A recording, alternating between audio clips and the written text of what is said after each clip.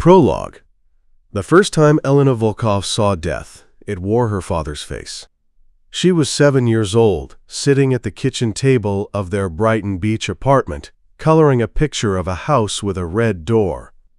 Her father had promised they would have a house like that someday. Somewhere green, somewhere quiet, somewhere the sirens didn't wail through the night like dying things. He came home with blood on his collar. Not his own. He never said whose. That was the night Elena learned that silence had weight. It pressed against her eardrums as her mother scrubbed the collar in the bathroom sink, the water running pink, then clear. Her father sat at the table across from her, still as stone, watching her color inside the lines. "You're good at staying quiet," he said finally, not a question. An observation. She had nodded, not understanding that she was signing a contract written in invisible ink. 15 years later, Elena had perfected the art of being still. She could stand in a room full of men who moved money and power like chess pieces and become furniture. She could listen to conversations that would get other people disappeared, and remember every word, every name, every threat, while her face remained a pleasant blank. Her father had taught her well before the cancer ate through his lungs.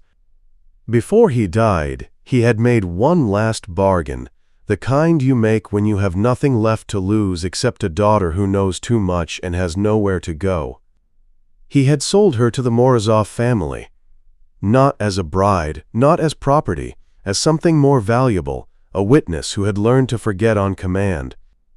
The Morozovs ran their empire from a fortress disguised as a restaurant in Red Hook.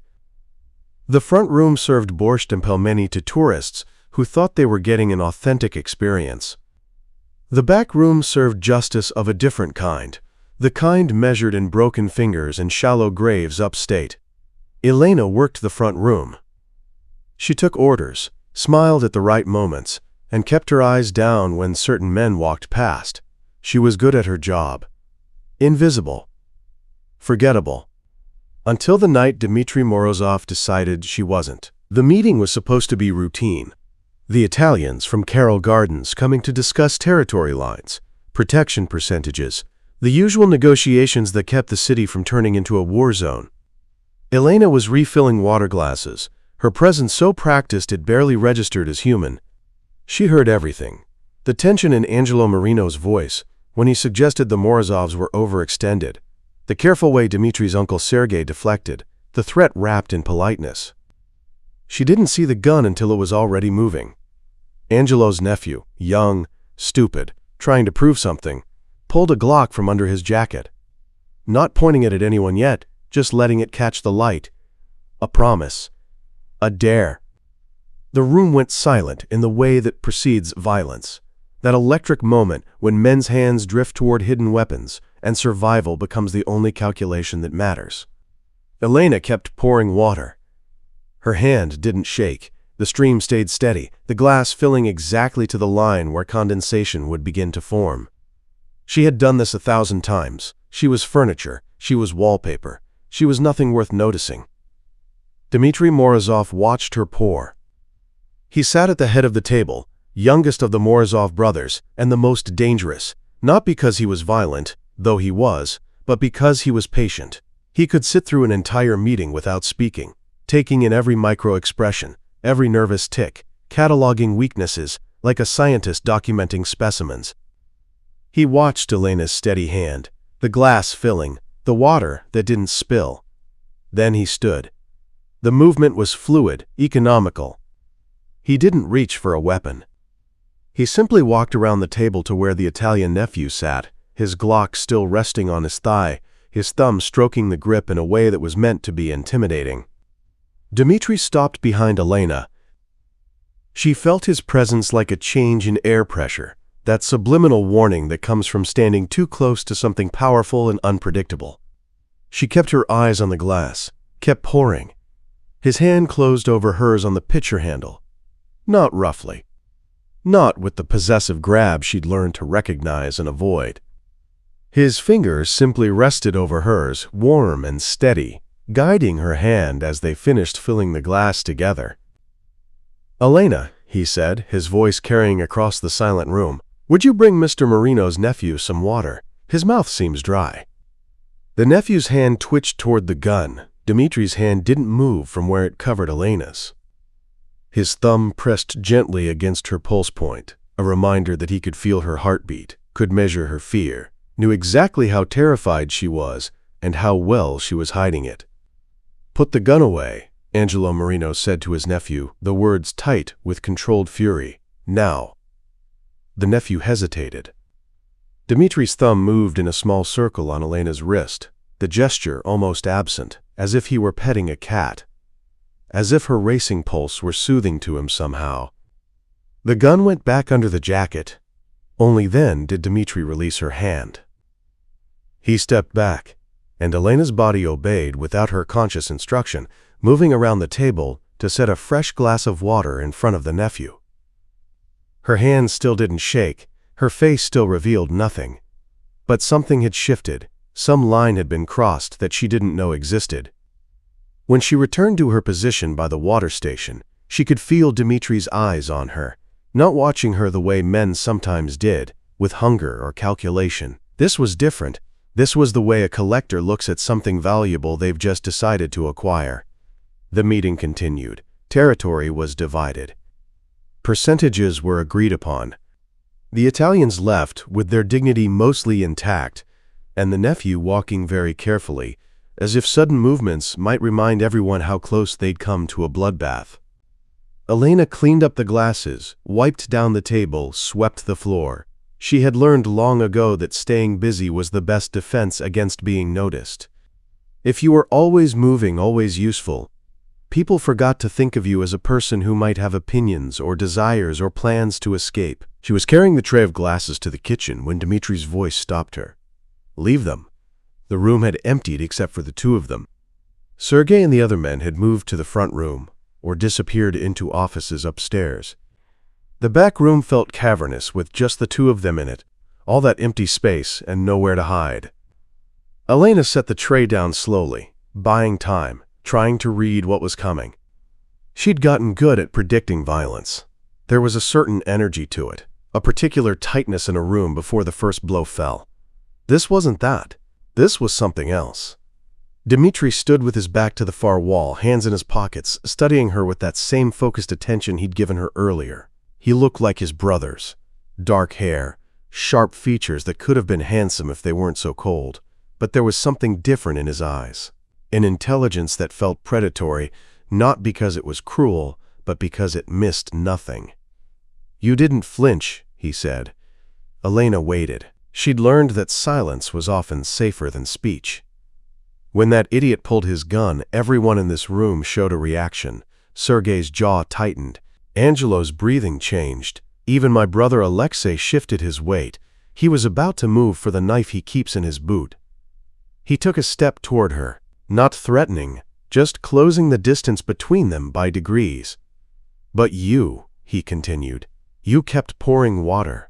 Like the glass was the most important thing in the world. Like men with guns were just weather, something to be endured until it passes." "I didn't want to spill," Elena said quietly, "the truth, or close enough to it." "No," Dimitri agreed, "you didn't want to be noticed." He was close enough now that she could smell his cologne, something expensive and subtle, not the heavy aftershave most of the men wore. Close enough that she had to tilt her head back slightly to meet his eyes, though she kept her gaze somewhere around his collar, that safe middle distance that wasn't defiant or submissive. "Your father was Ivan Volkov," he said, "not a question." Elena's throat tightened. She nodded once. "He told my uncle you inherited his skill for remembering things, names, conversations, details that other people forget." Another nod. This was dangerous territory. Being useful meant being valuable. Being valuable meant being kept. But being too valuable meant becoming a liability, the kind of person who knew too much and might someday be a threat. "You're wasted in the front room," Dimitri said. The words hung between them, heavy with implication. Elena's pulse kicked up again, that traitor of a heartbeat that had stayed calm through the gun, through the standoff, through everything except this moment of being truly seen. "Starting tomorrow," he continued, "you work for me. Directly. You'll attend meetings, remember everything, tell me everything. You'll be my eyes when I can't be in a room, my memory when mine isn't enough. And if I say no—" The words were out before Elena could stop them, a flash of defiance that immediately felt like a mistake. Dmitri smiled. It didn't reach his eyes, but it wasn't cruel either. It was the smile of someone who'd expected exactly that question and had already calculated his answer 3 moves ahead. "You won't," he said simply, "because you're smart enough to know that being useful to me is safer than being invisible to everyone else." He reached out, slow enough that she could have stepped back, though they both knew she wouldn't, and tucked a strand of hair behind her ear. The gesture was gentle, almost tender, and it terrified her more than violence would have, because she didn't know how to defend against kindness from a man like him. "Your father protected you the only way he knew how," Dmitri said softly. "Let me continue what he started." Then he stepped back, the moment breaking as cleanly as glass. He was already turning away, already moving toward the door, when he paused and looked back at her one last time. "Get some sleep, Elena. Tomorrow your education begins." The door closed behind him with a soft click. Elena stood alone in the empty back room, her hands finally starting to shake now that there was no one to see. She looked down at her wrist, at the place where Dmitri's thumb had pressed against her pulse. There was no mark, no bruise, no physical evidence that he'd touched her at all. But she could still feel it, the warmth of his skin, the steady pressure, the terrifying certainty that he'd been counting her heartbeats and finding something in their rhythm that satisfied him. She had spent 15 years learning to be invisible. In one night, Dmitri Morozov had decided she was anything but. And Elena, standing in the dark back room with the ghost of his touch still burning on her skin, understood with perfect clarity that her life had just divided into before and after. Before, when she had been invisible, and after, when she belonged to him. Chapter 1. Elena woke at 5:30, the way she had every morning since she was 17. The apartment her father had left her was small, a studio in Brighton Beach where the radiator clanked through winter nights, and the summer heat made sleep impossible without the window open to street noise. She'd kept it because it was paid for, because moving would draw attention, because sometimes the devil you know is preferable to the one waiting in an unfamiliar hallway. She showered in water that never quite got hot enough, dressed in black pants and a white shirt that could pass for waitress uniform or business casual depending on the context. Neutrality was its own kind of armor. By 6:15 she was on the subway, pressed between a nurse coming off night shift and a construction worker whose lunch pail smelled like gasoline and yesterday's pierogi. The train car was a study in exhaustion, everyone half asleep and determinedly ignoring each other in that particularly New York way. Elena watched the station slide past and tried not to think about Dmitri Morozov's thumb pressed against her pulse point. She failed. The restaurant looked different in morning light, less fortress, more ordinary. The security cameras were obvious if you knew to look for them, but most people didn't. Most people saw the faded awning with Cyrillic lettering, the menu board advertising lunch specials, the geraniums in the window boxes that someone actually watered. Elena used her key on the side entrance, the one that bypassed the dining room and led directly to the back. The hallway smelled like bleach and old cigarette smoke, institutional in a way that reminded her of hospitals and police stations, places where bad news came to roost. She expected to find the back room empty at this hour. Instead, Dmitri sat at the same table where last night's meeting had taken place, a laptop open in front of him, and an espresso cup beside it. He'd traded yesterday's suit for jeans and a black sweater, and somehow looked more dangerous this way, less businessman, more the thing businessmen hired when they wanted problems to disappear. He glanced up as she entered. His eyes tracked her movement from door to table with the same focused attention he'd given her last night, cataloging details in that way that made her feel simultaneously visible and dissected.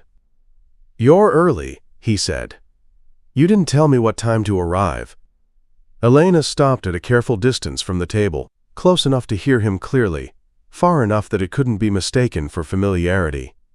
"No," Dmitri agreed. "I didn't." He closed the laptop with a soft click and stood, moving around the table toward her.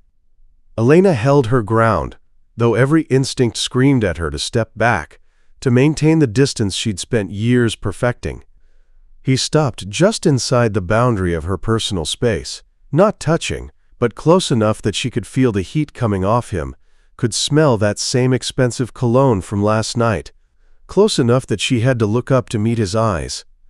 She didn't meet them, kept her gaze somewhere near his shoulder, that safe, neutral space. "Look at me." Not a request. Elena's throat tightened, but she obeyed, lifting her eyes to his. Up close, she could see that his irises were darker than she'd realized, nearly black, with just a ring of lighter brown around the pupil. They were the kind of eyes that gave nothing away while taking everything in.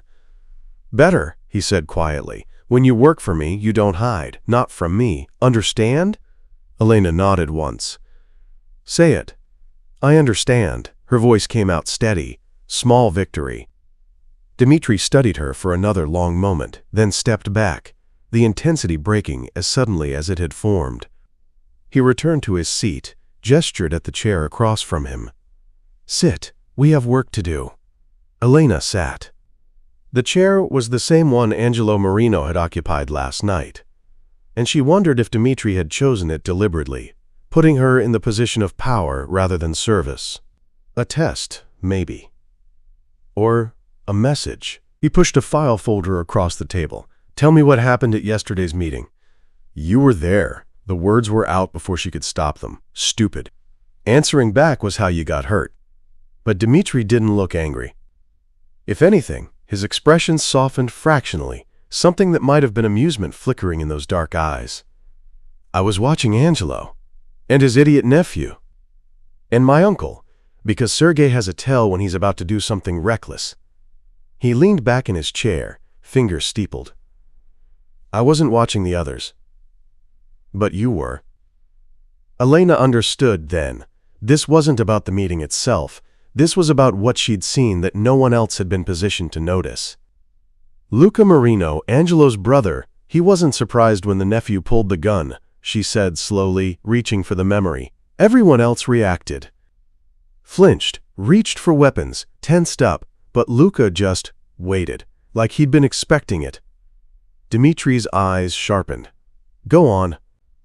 "And when you told the nephew to put it away, Angelo looked angry, but Luca looked disappointed." She paused, working through the implications. "I think the nephew was supposed to start something, not the shooting. He's too green for that, but a confrontation, something to escalate the meeting." "Why?" Elena met his eyes, saw that he already knew the answer, and was testing whether she could reach it too. Because if the meeting went badly, if there was violence or a breakdown in negotiations, it would give them justification to push back on the territory agreement. Or to bring in reinforcements, make it look like you were the unreasonable party. "And by de-escalating," Dmitri continued, his voice soft with something that might have been approval, "I denied them that justification. Made them look like the aggressors while we maintained control." He opened the folder and pulled out a photograph. Elena recognized Luca Marino immediately. Late 40s, graying at the temples, the kind of handsome that came with Italian suits and weekly manicures. "Luca wants his brother's position," Dmitri said. "He's been patient about it, working behind the scenes, making alliances. But Angelo's still in his prime, still sharp, and the family respects him, so Luca needs Angelo to fail, publicly, spectacularly. Using the nephew as the catalyst." "Exactly." Dmitri pulled out more photographs, surveillance shots, by the look of them, men meeting in parking lots, exchanging briefcases in doorways. "Luca's been talking to the Russians in Staten Island, the Bratva. They want a foothold in Brooklyn, and Luca's willing to give it to them if they'll help him take over the Marino family." Elena looked at the photographs, at the careful documentation of betrayal. "You want to use this against him." "I want to give Angelo the information and let him handle it internally. The Marinos are useful to us, A stable alliance is worth more than chaos. Dmitri gathered the photographs back into the folder. But I need proof that will hold up when presented to their counsel. Which means I need you to get close enough to Luka to hear him say something incriminating. The words hung in the air between them. Elena's pulse kicked up, that same betraying heartbeat that Dmitri had felt against his thumb last night. You want me to spy on the Marino family. I want you to be exactly what you are, invisible, forgettable, beneath notice. He leaned forward slightly. Luka has a weakness for poker. There's a weekly game in a back room, at a cafe in Bensonhurst. Low stakes, supposedly friendly, but it's where real business gets discussed when the official channels are too risky. And I'm supposed to serve drinks while they play cards. You're supposed to be so unremarkable that they forget you're there and say things they shouldn't. His expression didn't change, but something in his voice did, a slight softening, like he was trying to reassure her and didn't quite know how. You'll be safe. I'll have men nearby, if anything goes wrong. Nothing will go wrong, Elena interrupted. Because I've been doing this for 5 years, and no one's ever noticed me yet. I noticed. The words were quiet, almost matter-of-fact, but they landed with the weight of something significant. Elena found herself unable to look away from him, caught in that dark, steady gaze that seemed to see through all her carefully constructed invisibility. You're different, she said before she could think better of it. From who? From other men. They look through me or at me, but never. She trailed off, not sure how to articulate the difference. You see me. All of me. It's unsettling. Dmitri was quiet for a moment, and Elena wondered if she'd crossed some line, revealed too much. But when he spoke, his voice was careful, measured. I spent 10 years learning to read people, micro-expressions, body language, the things people say when they think no one important is listening. He paused. You do the same thing. You watch. You catalog. You remember. It's why your father taught you to hide. Because people who see too much become dangerous if anyone realizes what they know. And now you've decided I should stop hiding. From me, he corrected. Only from me. There it was again, that possessive certainty in his voice, the assumption that she belonged to him now in some way she couldn't quite define. It should have terrified her. Parts of it did. But there was something else beneath the fear, something that felt dangerously close to relief. For 5 years she'd been alone with her observations, holding everything inside because letting anyone see what she knew meant becoming a target. And now Dmitri was offering her the opposite. Be seen by me. Show me what you know. Let me carry the weight of those secrets with you. It was a trap dressed up as sanctuary. She knew that. She took the trap anyway. When is the poker game? She asked.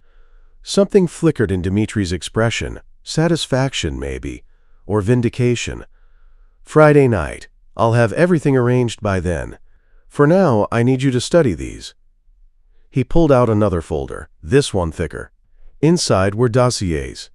Detailed information on Luca Marino's known associates, the Staten Island Bratva leadership, timelines of meetings and money transfers.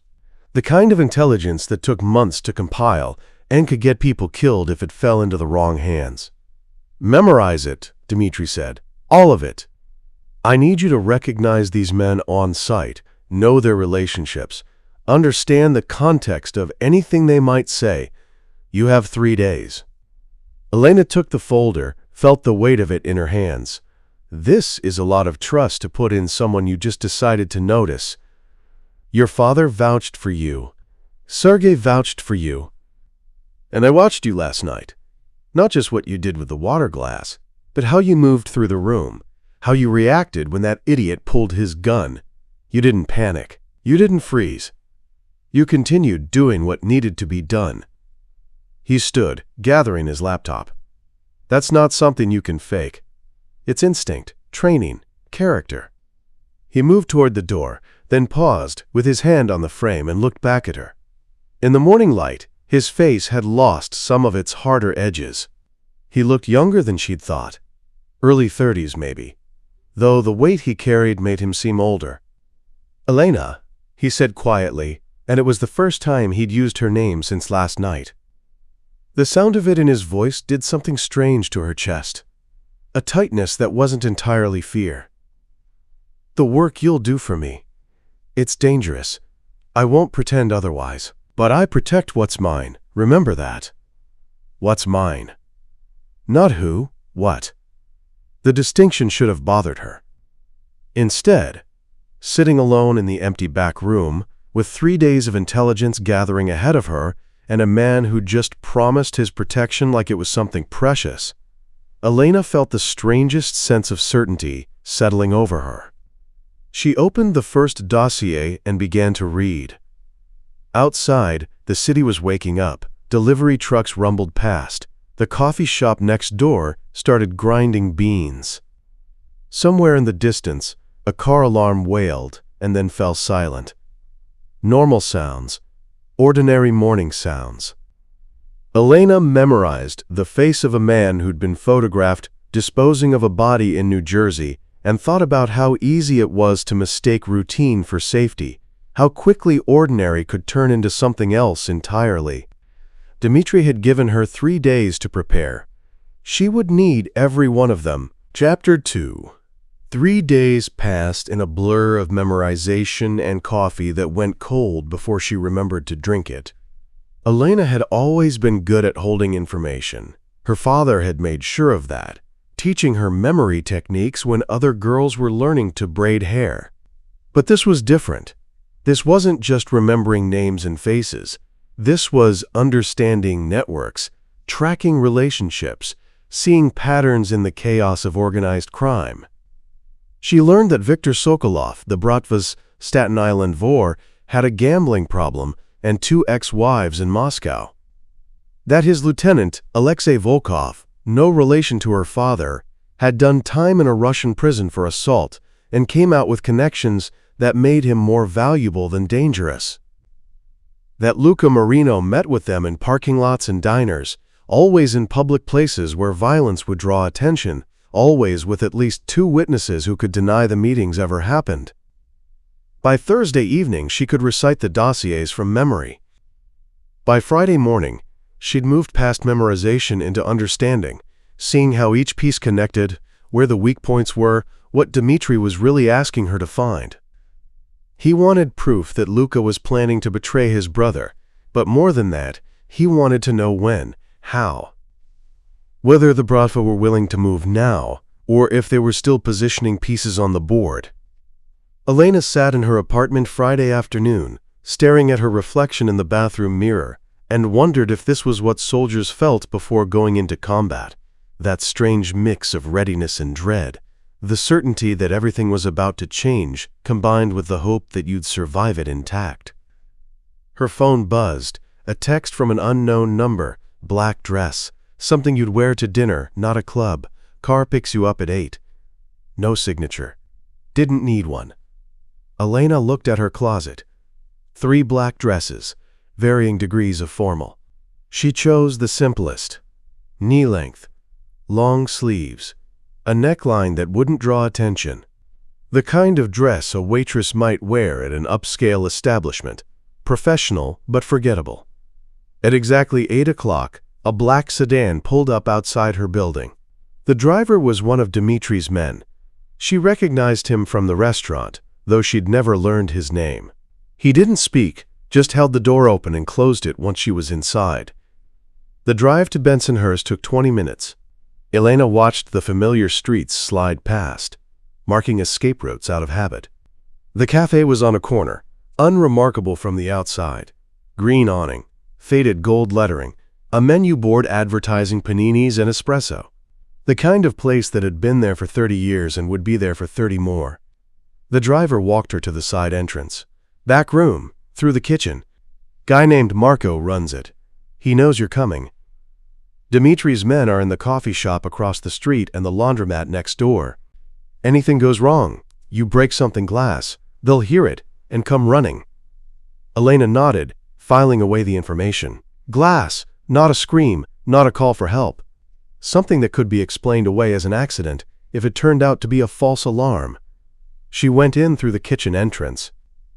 Marco was 50-something, built like someone who'd spent his youth doing physical work and his middle age eating his own cooking.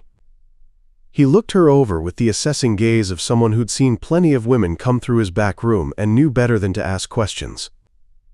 "Drink orders only," he said. "No food, no conversation. They ask you personal questions. You're new, you don't speak much English. Got it?" "Got it." "They tip well if you smile and keep your mouth shut. They tip badly if you get chatty or stare too long." He handed her a small apron. "Game usually runs till midnight, sometimes later. You clock out when they leave." Elena tied the apron and followed him through the narrow hallway to the back room. It was bigger than she'd expected. Space for 2 poker tables, though only one was set up tonight. Green felt, good chairs, professional dealer's kit. The lighting was warm and low, the kind that made everyone look healthier than they were. 4 men were already there. She recognized 3 of them from the dossiers. Luca Marino, holding court at the head of the table with the ease of someone who considered this his territory. Sal Benedetti, a Marino family capo, shuffling cards with the practiced motion of a lifetime gambler. Tommy the Lip Costello, so called because he couldn't keep his mouth shut, useful trait in an informant, dangerous one in a card player. The 4th man she didn't know, which meant he was either nobody important or someone so far off Dimitri's radar that he hadn't made it into the dossiers.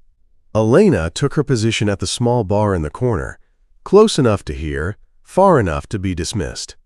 She arranged bottles and glasses with the careful precision of someone who needed something to do with her hands, her posture radiating exactly the right blend of subservience and disinterest. "Scotch," Luca called out without looking at her. "Neat, the good stuff, not what you serve the tourists." Elena poured Macallan 18 into a crystal tumbler and brought it to the table. Set it at Luca's right hand, not directly in front of him. Less chance of being knocked over, less interruption to the game, invisible service. Luca picked up the glass, took a sip, and made a satisfied sound. He still hadn't looked at her. Perfect. The game began.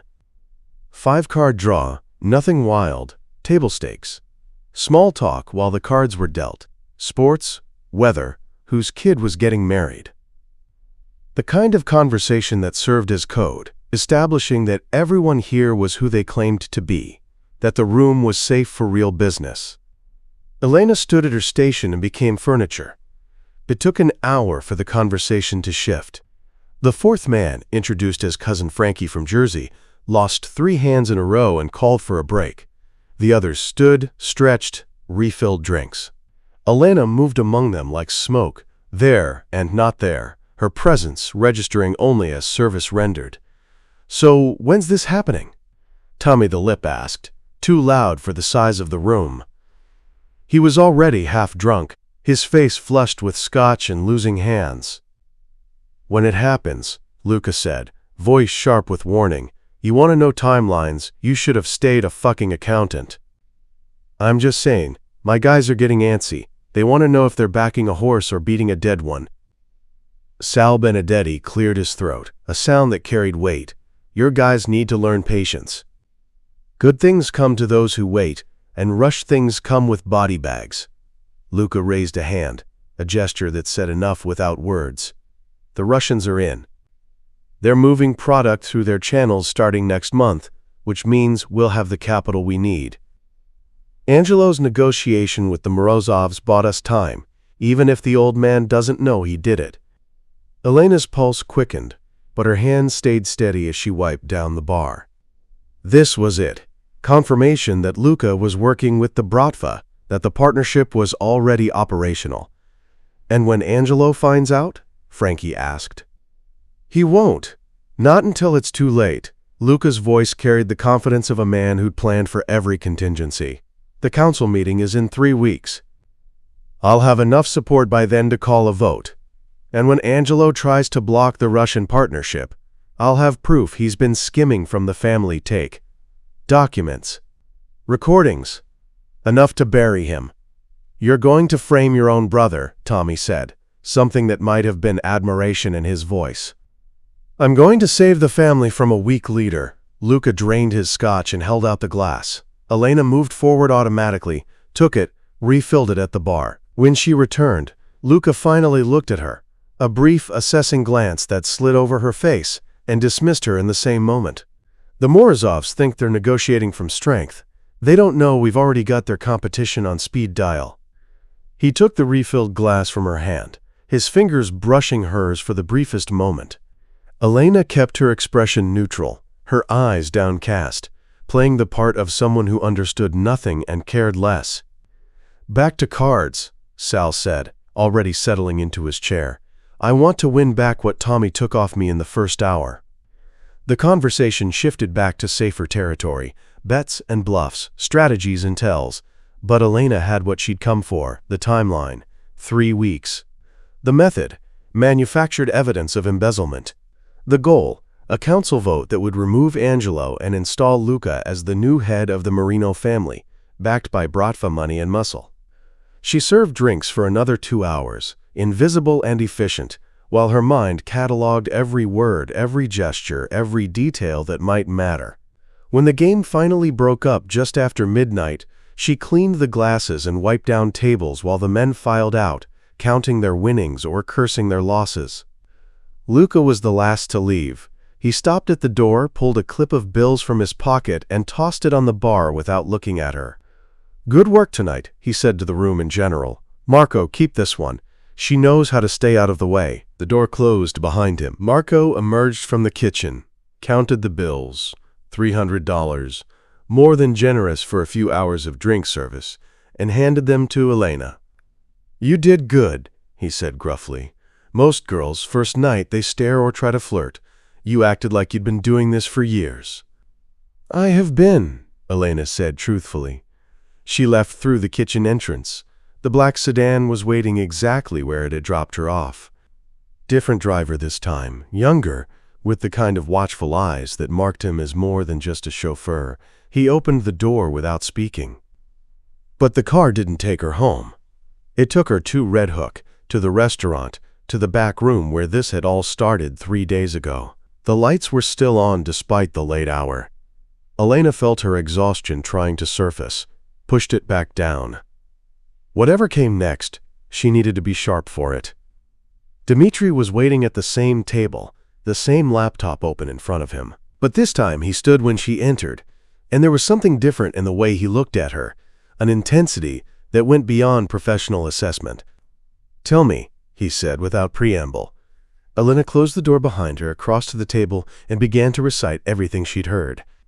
She didn't embellish or interpret, just delivered the facts in the order they'd occurred, her memory playing back the evening like a recording. Dmitri listened without interrupting, his eyes never leaving her face. When she finished, he was quiet for a long moment. 3 weeks, he said finally.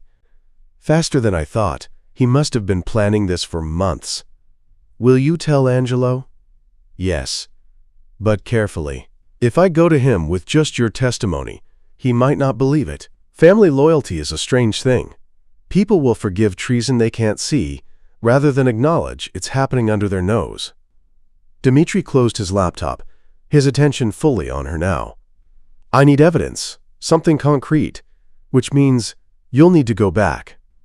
Elena had known this was coming, but hearing it still sent a chill through her. "How many times?" "Until we have what we need. Could be 1 more night. Could be 5. He paused. "I know what I'm asking. Every time you walk into that room, you're risking exposure. All it takes is one person looking too closely, asking the wrong question. But you need me to do it anyway." "Yes." No apology in his voice. No softening of the demand.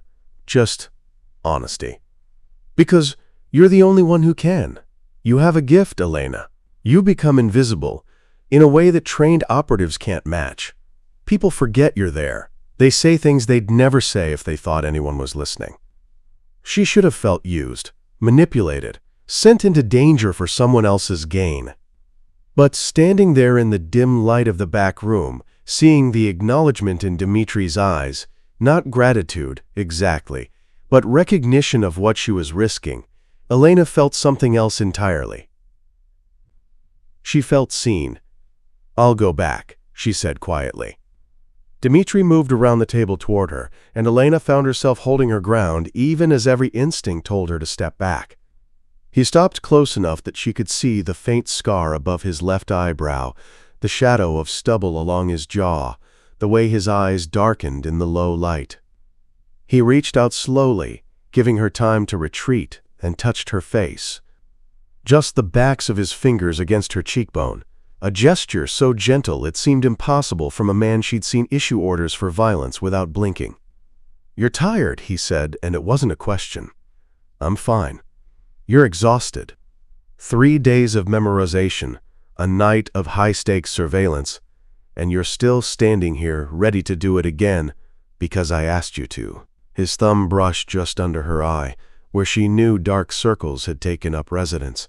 "You don't have to prove anything to me, Elena. I already know what you're capable of." The words, combined with the unexpected softness of his touch, did something dangerous to Elena's carefully maintained composure. She felt her throat tighten, felt the exhaustion she'd been holding at bay trying to surface. "Why do you do that?" she asked, her voice barely above a whisper. "Do what?" "See things. The things I'm trying to hide. The exhaustion, the fear. I'm good at hiding them." "I know you are. That's why I notice when they show through." His hand was still against her face, warm and steady. "You spend so much energy being invisible that when you let something slip, it's like a crack in armor. And I'm very good at finding cracks." It should have felt like a threat. Instead, it felt like understanding. "My driver will take you home," Dmitri said, his hand falling away, leaving cold air in its wake. "Get some sleep. I'll call you when I need you again." Elena nodded and turned toward the door. She had her hand on the knob when his voice stopped her. "Elena." She looked back. "You did exceptional work tonight," he said, and there was something in his voice that went beyond professional praise. "Thank you." 2 words. Simple gratitude. But, coming from a man who dealt in violence and control, who commanded loyalty through fear as much as respect, they landed with unexpected weight. Elena didn't trust her voice, so she just nodded and left. The drive home passed in a blur.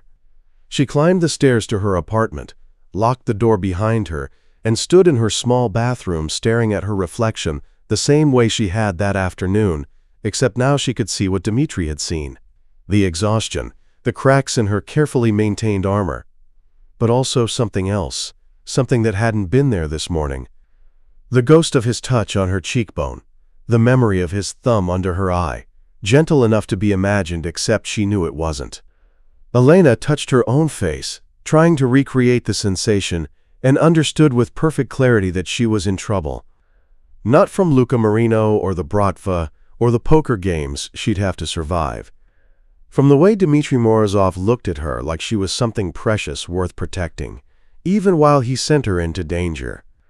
From the way she was starting to want that protection, even knowing the cost. She went to bed with his words echoing in her mind, "I protect what's mine," and wondered when exactly she'd stopped fighting the idea of belonging to him. Chapter 3. The second poker game happened 5 days later. In between, Elena's life took on a strange double quality. Days spent at the restaurant serving lunch specials and pretending everything was normal. Nights lying awake replaying the feeling of Dmitri's hand against her face, wondering if she'd imagined the tenderness in his touch. She didn't see him during those 5 days. No visits to the back room, no cryptic text messages, no black sedans waiting outside her building. It was as if that night had never happened, as if she'd dreamed the whole thing. The poker game, the intelligence gathering, the quiet moment when he'd seen through her armor and touched her like she was something that might break. Except she hadn't imagined it. The $300 from Luca's tip sat in her dresser drawer, proof that the poker game was real. And the ache in her chest when she thought about Dmitri's absence, that was real too. Elena told herself she was being ridiculous. One gentle touch didn't mean anything. Powerful men knew how to manipulate, and kindness was just another tool in their arsenal. She was useful to him, and he was keeping her useful. That's all this was. But on the 5th night, when her phone buzzed with a message, Same time, same place, same dress. Her hands shook as she read it. She told herself it was fear. It was safer that way. The poker game followed the same script as the first. Same room, same players, same careful dance of cards and conversation. But this time, Luca looked at her when she brought his scotch. Really looked, his eyes tracking over her face with the kind of attention that made Elena's stomach clench with instinctive alarm. "You were here last week?" he said, not a question. Elena kept her expression neutral, her posture submissive. "Yes, sir." "Marco says you're good, quiet, don't cause problems." He took the scotch from her hand, his fingers deliberately brushing hers in a way that made her skin crawl. "I like that in a woman. Knows when to keep her mouth shut." "Thank you, sir." The words tasted like ash, but she forced them out with a small smile that didn't reach her eyes. Sal Benedetti cleared his throat, a warning. "We playing cards or conducting interviews, Luca?" Luca laughed, but his eyes stayed on Elena for another beat before he turned back to the table. "Just appreciating quality service. Can't fault a man for that." Elena retreated to her station, her pulse hammering. Being noticed was dangerous. Being noticed by Luca specifically was worse. He wasn't stupid, and if he started wondering why a waitress was showing up to his private games, he might start asking questions she couldn't answer. She forced herself to breathe normally, to keep her hands steady as she wiped down glasses that didn't need cleaning. Across the street, in the coffee shop, Dimitri's men were watching. She just had to get through the night without breaking something glass. The game resumed. This time, the conversation was more guarded. Talk of shipments and territories, but nothing specific, nothing that could be used as evidence. Luca was being careful, and Elena wondered if someone had warned him, if he suspected surveillance. 2 hours passed. Elena served drinks and collected empty glasses, invisible again except for Luca's eyes tracking her movements every time she approached the table. The attention felt like weight, pressing down on her shoulders, making every gesture feel too conspicuous. Then, Tommy the Lip got drunk. It happened gradually, too many scotches, too many losing hands, his voice getting louder, and his judgment getting worse. By 11 o'clock, he was slurring his words and making mistakes that made Sal look at him with barely concealed contempt. "I'm out," Tommy announced, throwing his cards down with more force than necessary. "This game's rigged anyway." "You're just bad at it," Sal said mildly. "I'm bad at it? I'm bad at it?" Tommy's voice rose, attracting the kind of attention that made everyone else at the table go still. "Maybe I'm just tired of pretending this is about cards when we all know what we're really doing here." Luca's voice cut through the tension like a blade. "Tommy!" "Shut up." But Tommy was past the point of self-preservation. He stood, swaying slightly, and pointed at Luca with a hand that couldn't quite stay steady. "You want me to shut up? Fine. But when this whole thing goes sideways because you're too busy planning your coup to notice the Morozovs are 3 steps ahead of you." Luca was on his feet in an instant, his hand on Tommy's collar, shoving him back against the wall hard enough that Elena heard the breath leave Tommy's lungs. The room went deadly quiet. "The Morozovs don't know anything," Luca said, his voice soft and infinitely more dangerous than shouting. "And they won't, because everyone here understands what happens to people who talk too much." Elena stood frozen at her station, watching Luca's hand tighten on Tommy's collar, watching the way Tommy's face was starting to turn red. This was spinning out of control. If Luca hurt Tommy here, now, it would draw attention. Police. Questions. The kind of scrutiny that might shut down the games permanently. Her hand moved toward the water pitcher. Glass, break glass. Dimitri's men would come. But before she could reach it, the back door opened. Dmitri Morozov walked into the room like he owned it. Elena's heart stopped. He wasn't supposed to be here. This was neutral territory, Merino territory. His presence was a violation of every unspoken rule about boundaries and respect. But he walked in anyway, flanked by 2 of his men, his expression calm and his hands in his pockets like he was just dropping by for a social visit. Luca released Tommy, who slumped against the wall, gasping. Everyone at the table was standing now, hands drifting toward weapons that Elena knew were hidden under jackets and in ankle holsters. "Gentlemen," Dmitri said pleasantly, "don't let me interrupt your game. You're not supposed to be here, Morozov." Luka's voice was tight, with barely controlled fury. "This is a private game." "I know. Marco told me about it." Dmitri's eyes swept the room, cataloging faces, positions, escape routes. When his gaze landed on Elena, something flickered in his expression. So brief she might have imagined it, but it looked almost like relief. "I thought it was time we had a conversation about territory agreements. Since you're all here anyway, seemed efficient." "This isn't a negotiation," Sal said carefully. "This is neutral ground." "Then we won't negotiate." Dmitri pulled out a chair, Frankie's chair, forcing the man to step aside, and sat down with the casual confidence of someone who knew exactly how dangerous he was being and didn't care. "We'll just talk, like civilized people." The tension in the room was suffocating. Elena watched Luka's jaw working, watched his hands clench and unclench as he calculated odds. 3 of them, 3 of Dmitri's side.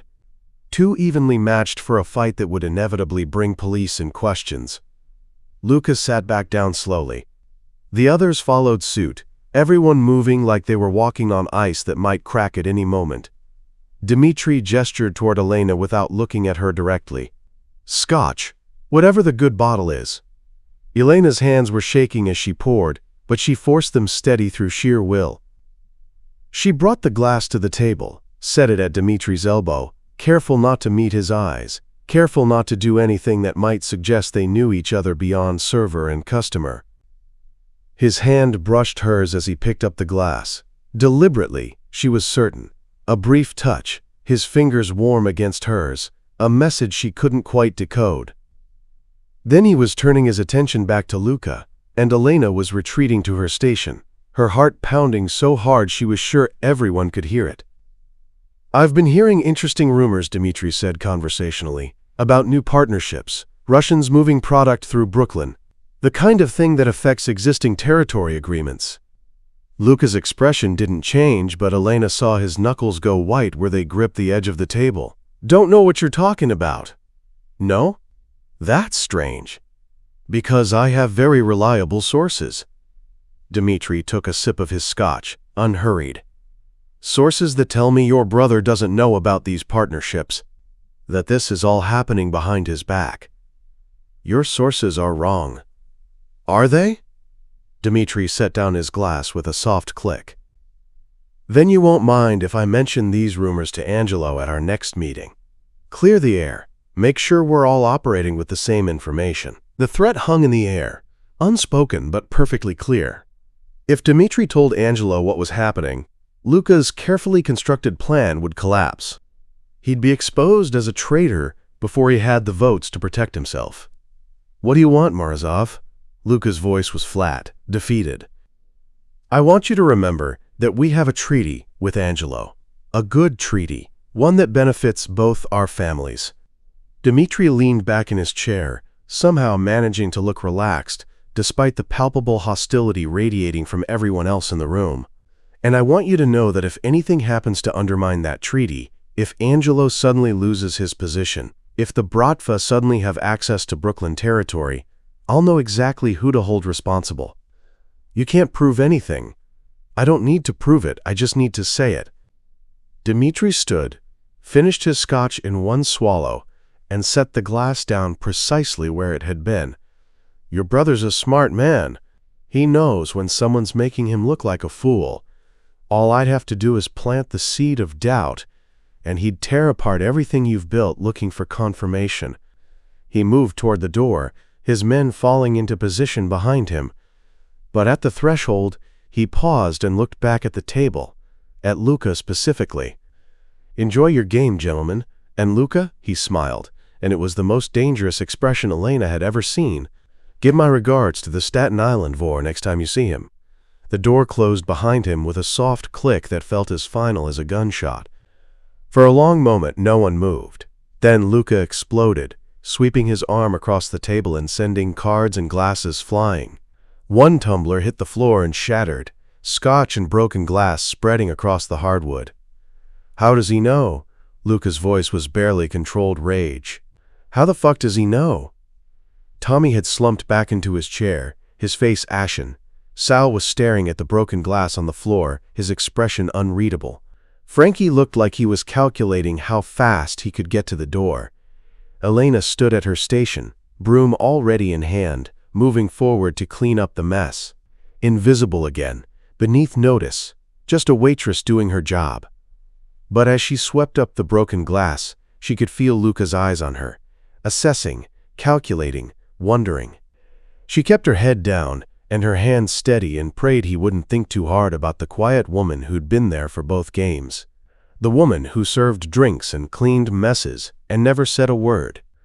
The woman who Dmitry Morozov had walked past without a second glance, even though she could have sworn she felt his attention on her like heat. Sums. The game broke up early. Luca paid Marco, threw bills at Elena without looking at her, and stalked out with murder in his eyes. The others followed quickly, eager to be away from the explosion they could all feel building. Elena cleaned up in silence, her hands moving automatically, while her mind replayed every second of Dmitry's appearance. He'd known she was in danger. The drunk outburst, Luca's violence, he'd somehow known and come himself instead of sending his men. Why? She left through the back entrance. The black sedan was waiting, but this time Dmitry was sitting in the back seat. Elena's breath caught. She hadn't expected this, hadn't expected him to be here, in person, breaking every rule about maintaining distance between handler and asset. She got in the car anyway. The driver pulled away from the curb. Dmitry didn't look at her, his attention fixed on something out the window, his jaw tight with tension that radiated through the enclosed space. "You shouldn't have come," Elena said quietly. "I know. Now Luca suspects something. He's going to look for a leak, and if he—" "I know." Dmitry's voice was flat, emotionless in a way that felt forced. "I made a tactical error. It won't happen again." "Then why did you do it?" Finally, he looked at her. In the dim light of passing street lamps, his face was all sharp angles and shadows, but his eyes were dark and intense in a way that made Elena's breath stutter. "Because I had men watching you, and one of them sent word that the situation was deteriorating. Luca was getting aggressive. Tommy was drunk and talking too much. The room was one wrong word away from violence." He paused, his jaw working. "And I decided that my tactical advantage wasn't worth your safety." Elena stared at him, trying to process what he was saying. "You compromised the entire operation. For me?" "Yes." "That was stupid." "Probably." He reached across the seat, not touching her, but close enough that she could feel the heat of his hand near hers. "But I told you, I protect what's mine. Even when it's tactically unsound." There it was again, that possessive certainty, that assumption of ownership. But this time, Elena heard what lay beneath it. Not just control, but something that looked dangerously close to care. He'd risked the entire operation because she might have been in danger. He'd walked into hostile territory, violated every rule of engagement, potentially exposed her as his informant, all because one of his men said things were getting tense. It was reckless, irrational. It was the most terrifying thing anyone had ever done for her. "I need you to pull me out," Elena said, the words coming out steadier than she felt. "Luca's suspicious now. If I go back, he'll figure it out. You need to find another way to get your evidence." Dmitry was quiet for a long moment. Then he nodded once, sharp and decisive. "You're right. I'll pull you out. No more games." Relief flooded through her, so intense it was almost physical. She was safe. He was pulling her out. She wouldn't have to go back into that room and feel Luca's suspicious gaze tracking her every movement. But underneath the relief was something else.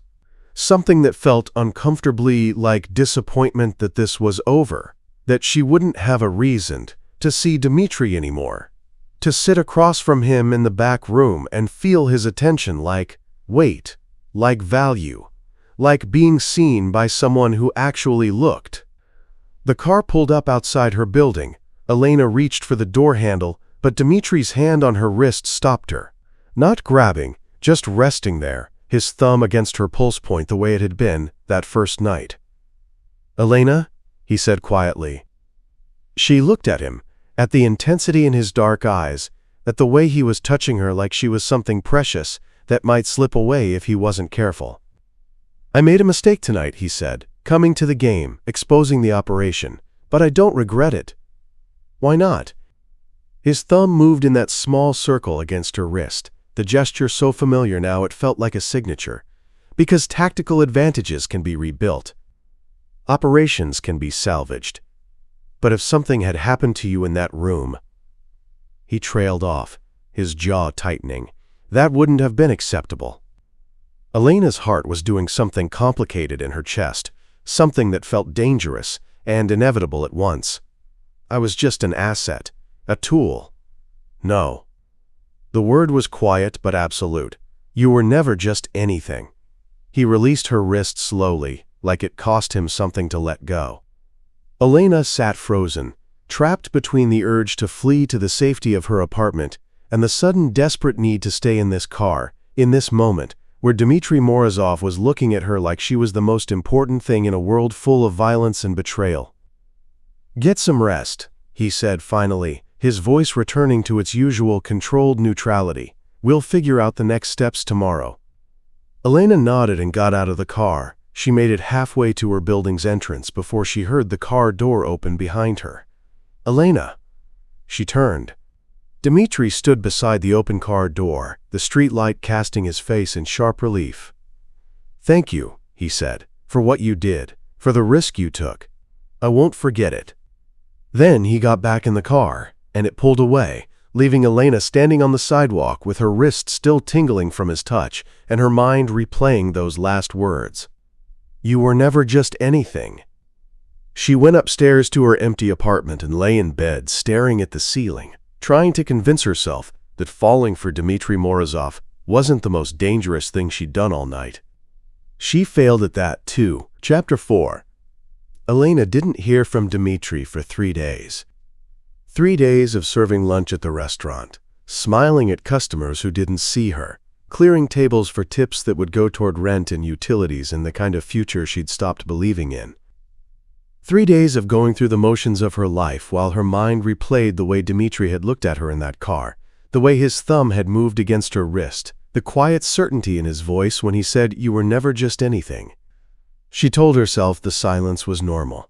He was handling Luca, managing the fallout from the poker game, doing whatever it was that men like him did when their carefully laid plans went sideways.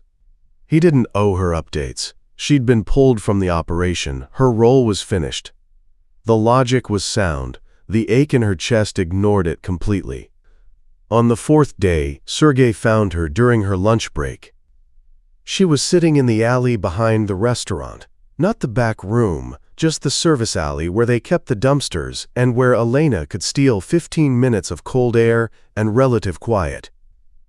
She had a book open on her lap, one she'd read 3 times already, because new books cost money she didn't have.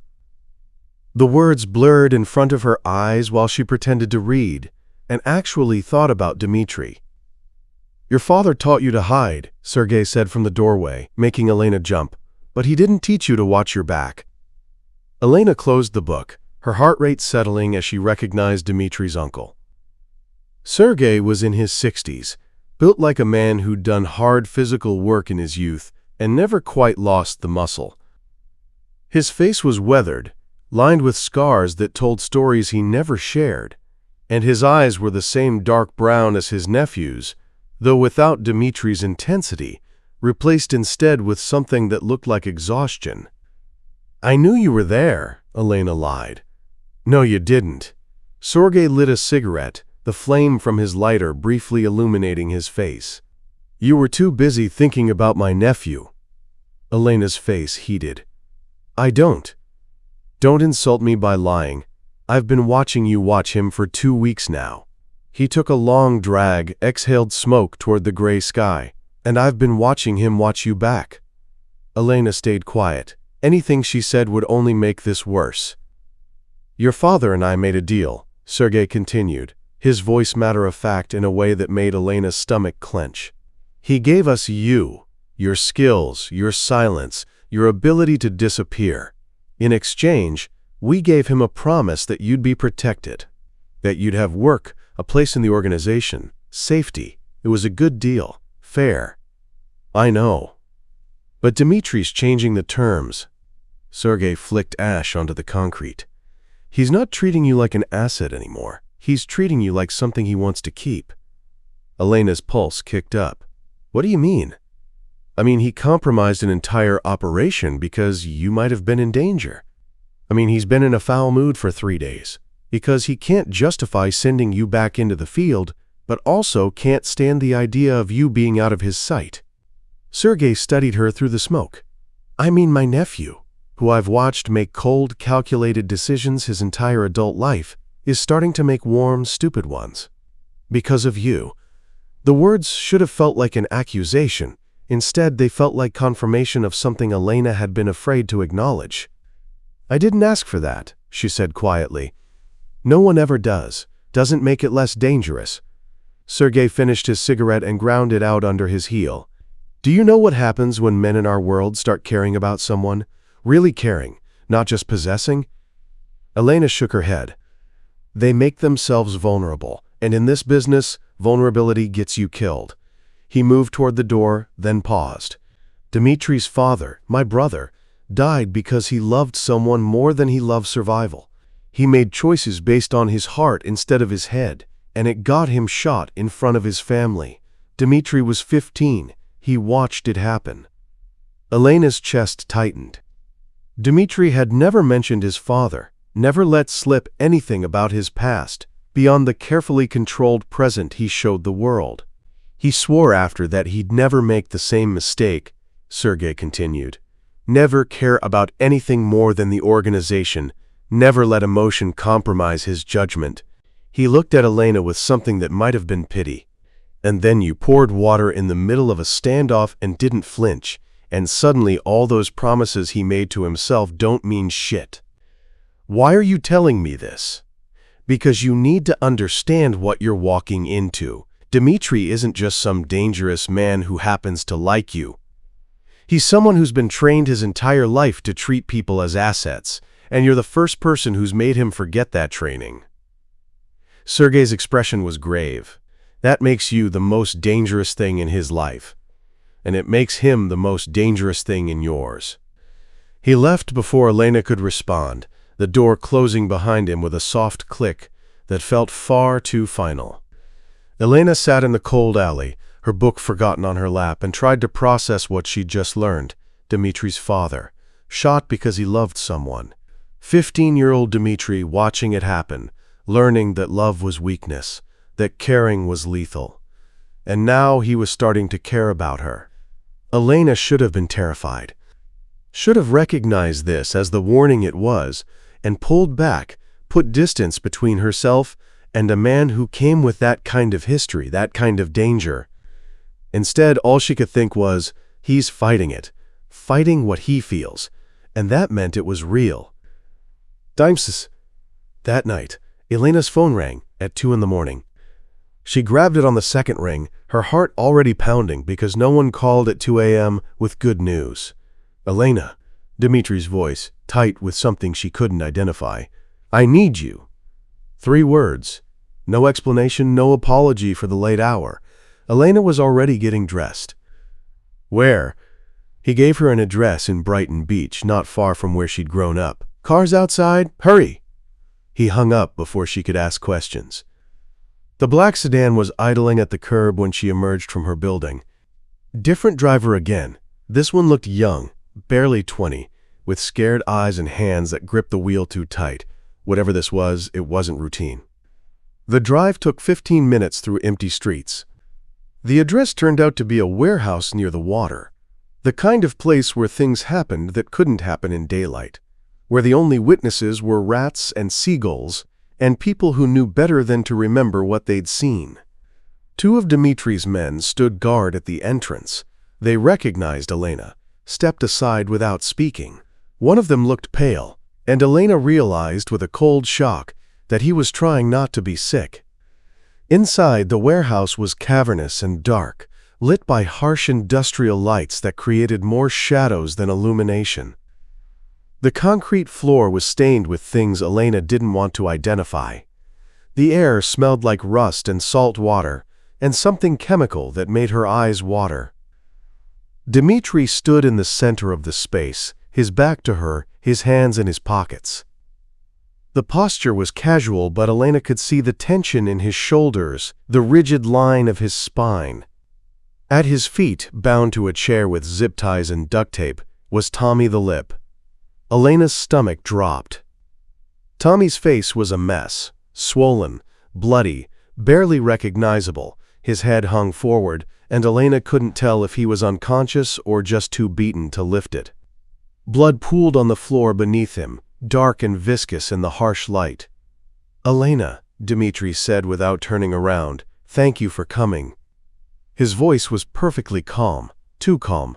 The kind of calm that came from forcing down everything that wanted to surface, from locking away every emotion that might compromise control.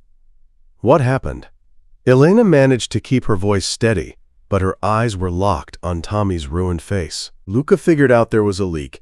He narrowed it down to the people at that poker game." Dmitri finally turned to face her, and Elena saw blood on his knuckles, saw the cold emptiness in his eyes that came from doing violence until you stopped feeling it. Tommy here was kind enough to confirm that he'd been talking. Bragging, actually.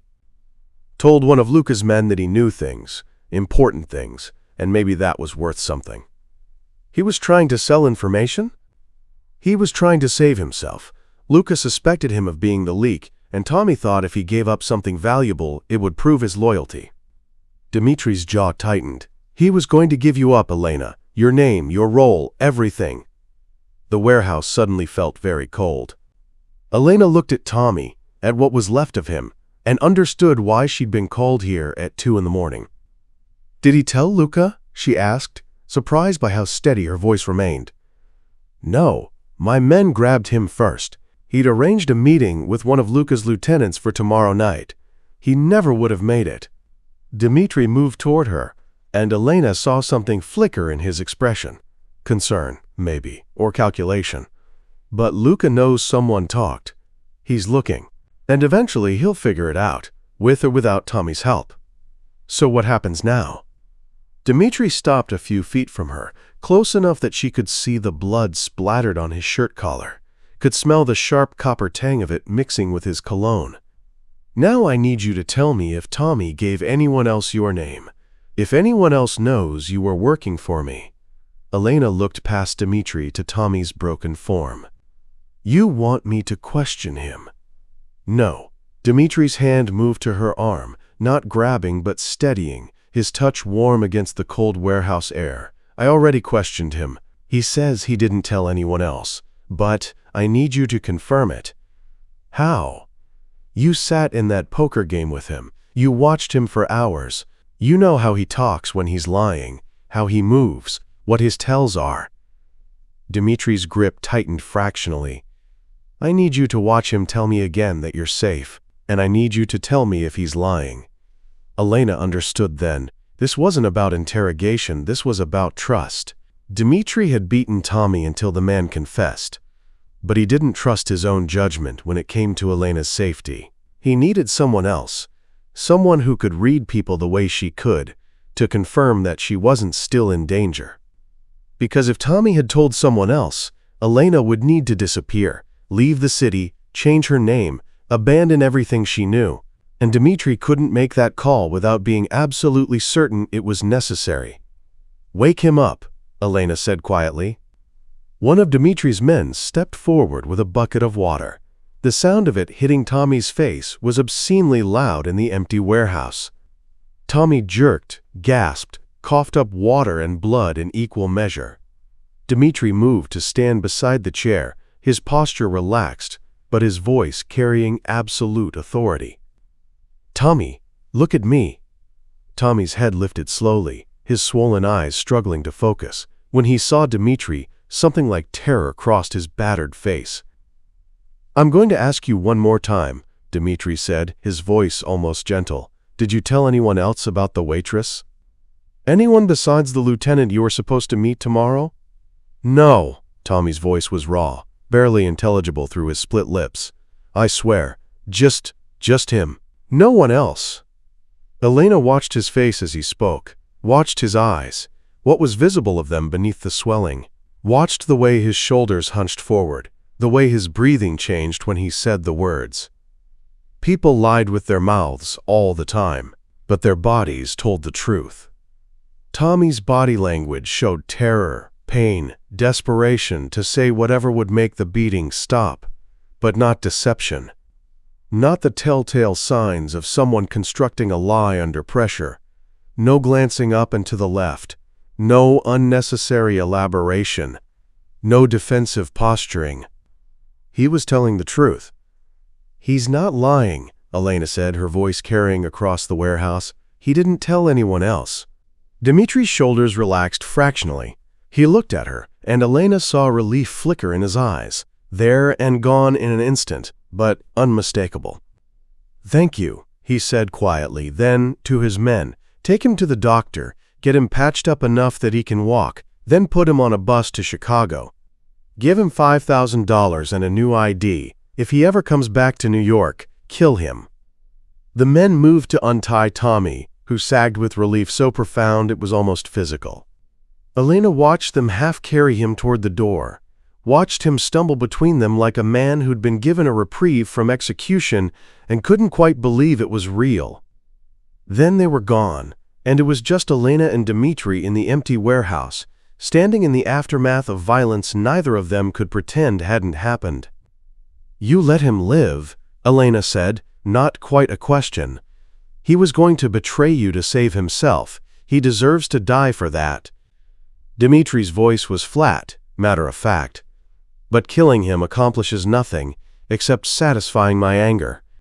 Exiling him removes the threat without creating a body that might raise questions. That's very rational. It's survival. Emotion doesn't keep you alive in this business." But his eyes told a different story. They were dark with something that looked like barely controlled rage, and Elena understood that letting Tommy live had cost him something, that every instinct in him had been screaming for blood. He'd chosen restraint because it was smarter, but he'd wanted violence because Tommy had threatened her. Elena took a step toward him, then another, until she was close enough to see the tension in his jaw, the way his hands had curled into fists at his sides.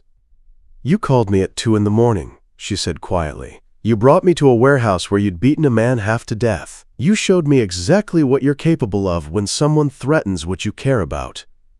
Dmitri's jaw tightened. "I needed your help." "No, you needed me to see what you'd do for me. You needed me to understand how far you'd go." Elena reached out slowly, giving him time to pull away, and touched his hand, the one with blood still on the knuckles. "Your uncle told me about your father, about what you learned from watching him die." Something flashed in Dmitri's eyes, surprise, then anger, then something more complicated that might have been pain. "Sergei had no right. He was trying to warn me that caring about you is dangerous, that you've spent your whole life learning not to care about anyone." Elena's fingers traced over his bloodied knuckles, feeling the split skin, the raw evidence of violence. "But you're failing at that, aren't you? You're starting to care, and it terrifies you." Dmitri caught her hand, his grip tight enough to border on painful. "I don't get terrified." "Everyone gets terrified. You just hide it better than most." Elena met his eyes, saw the war happening there, between control and chaos, between what he'd been taught and what he was feeling. "You brought me here so I could confirm I was safe. But you also brought me here so I could see what you become when I'm not." This was a confession, Dmitri. You just don't know how to say it in words. For a long moment he just stared at her. Then, slowly, his grip on her hand loosened until he was just holding it, his thumb moving in that familiar circle against her pulse point. "You should be afraid of me," he said quietly. "After seeing this, after knowing what I'm capable of." "I am afraid," Elena admitted, "just not of you." "Then what?" of how much I want to stay, even knowing what you are, even knowing what this life costs." She looked down at their joined hands, at the blood on his knuckles that she should be revolted by but somehow wasn't. "I spent 5 years making myself invisible because that was the safest way to survive. And then you saw me, and suddenly, I don't want to be invisible anymore. I want to be seen. By you. Only you."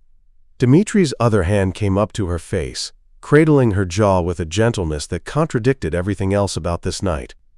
"Elena, don't," she said softly. "Don't tell me all the reasons this is a bad idea. I already know them. Your uncle listed them all. And you're right. I should be terrified. I should run. But I'm not going to." "Why not?" "Because for the first time in my life, someone's looking at me like I matter, like I'm worth protecting, worth risking things for." Elena turned her face into his palm, letting herself feel the warmth of his skin, the way his hand trembled just slightly against her cheek. "And I think maybe you need someone to look at you the same way, to see past the violence and the control and the careful distance you keep from everyone, to just see you." The warehouse was silent except for the distant sound of water lapping against the pier outside. Dimitri's thumb traced along her cheekbone, that same gentle touch he'd given her before, but this time there was no pretense of professional distance.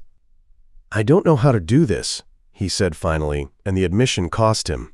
Elena could see it in the tightness around his eyes, the vulnerability he was forcing himself to show. "I don't know how to care about someone without it becoming a weakness that gets us both killed. Then we'll figure it out together." Elena covered his hand with hers, holding it against her face. "Because I'm already in this, Dimitri.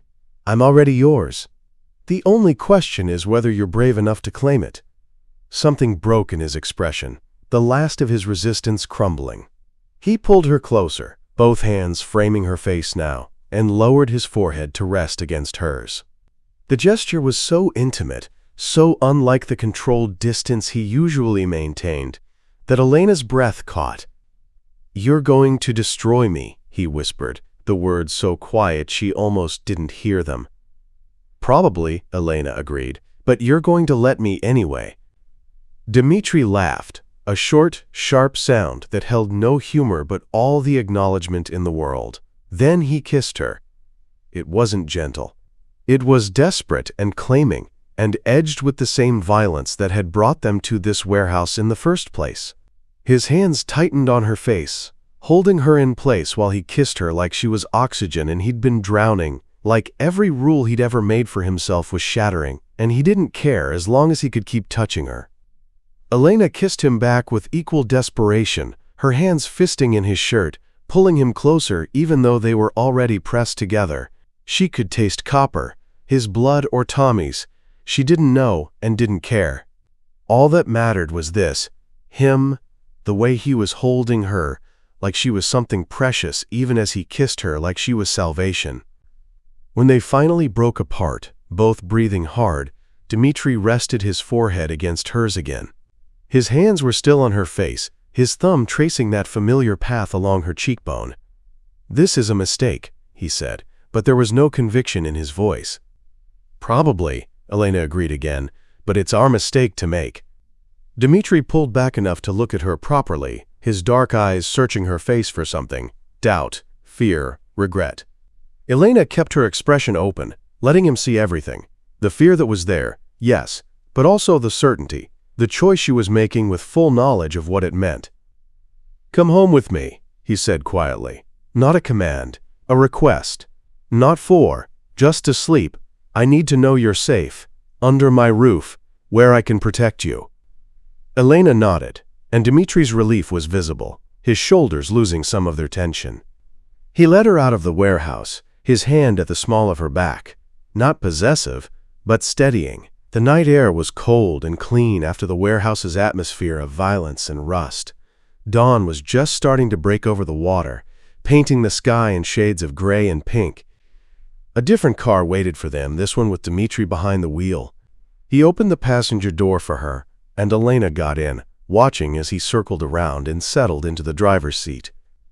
They drove through the waking city in silence, but it was a different kind of silence than before, not the absence of words, but the presence of understanding.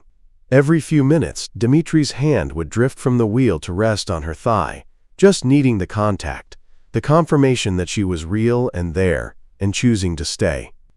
And Elena let him touch her like she was something he needed to hold on to, let herself be held.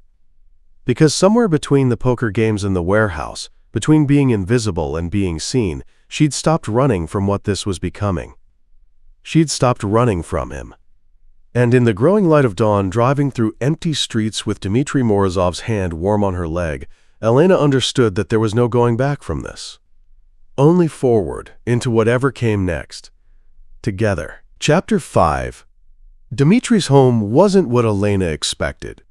She'd imagined something ostentatious, the kind of mansion that screamed money and power, all marble and gold fixtures and rooms that existed only to impress. Instead, he pulled up to a brownstone in Park Slope, tree-lined and quiet, the kind of building that blended into its surroundings so well that no one would look twice. "Anonymity is safer than fortification," Dmitri said, reading her expression as he unlocked the door. "The more you advertise what you have, the more people want to take it from you." Inside was just as unexpected. The space was clean but lived in, with hardwood floors that creaked slightly under their feet, and furniture that looked comfortable rather than expensive. Books lined the walls. Actual books, not the leather-bound decorative kind, but paperbacks with cracked spines and dog-eared pages. A kitchen that showed signs of actual use. Windows with curtains instead of bulletproof glass. It looked like a home, not a fortress pretending to be one. "You're surprised," Dmitri said, watching her take it all in.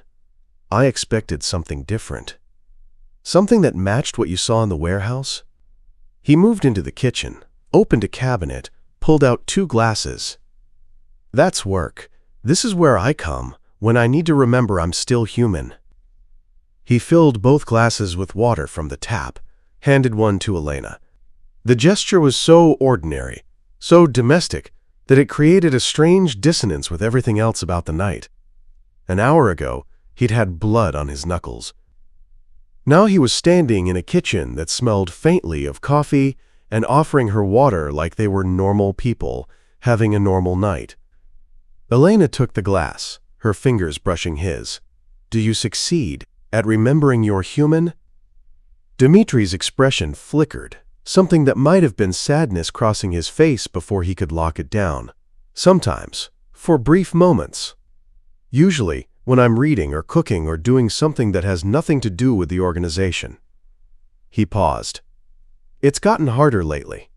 The longer you spend being one thing, the more that thing becomes all you are." Elena set her glass down on the counter. "Is that why you wanted me here? To help you remember?" "I wanted you here because the thought of you going back to your apartment alone, where I couldn't protect you, was unbearable." He moved closer, not crowding but closing the distance between them. "But yes. Also, because being around you makes me feel less like a weapon, and more like a man who might deserve something good." The vulnerability in his voice made Elena's chest ache. She reached out, laid her hand against his chest, feeling his heartbeat through the fabric of his shirt. Still fast from the adrenaline of the warehouse, from the kiss, from whatever this was becoming between them. "You do," she said quietly, "deserve something good. Even if you don't believe it."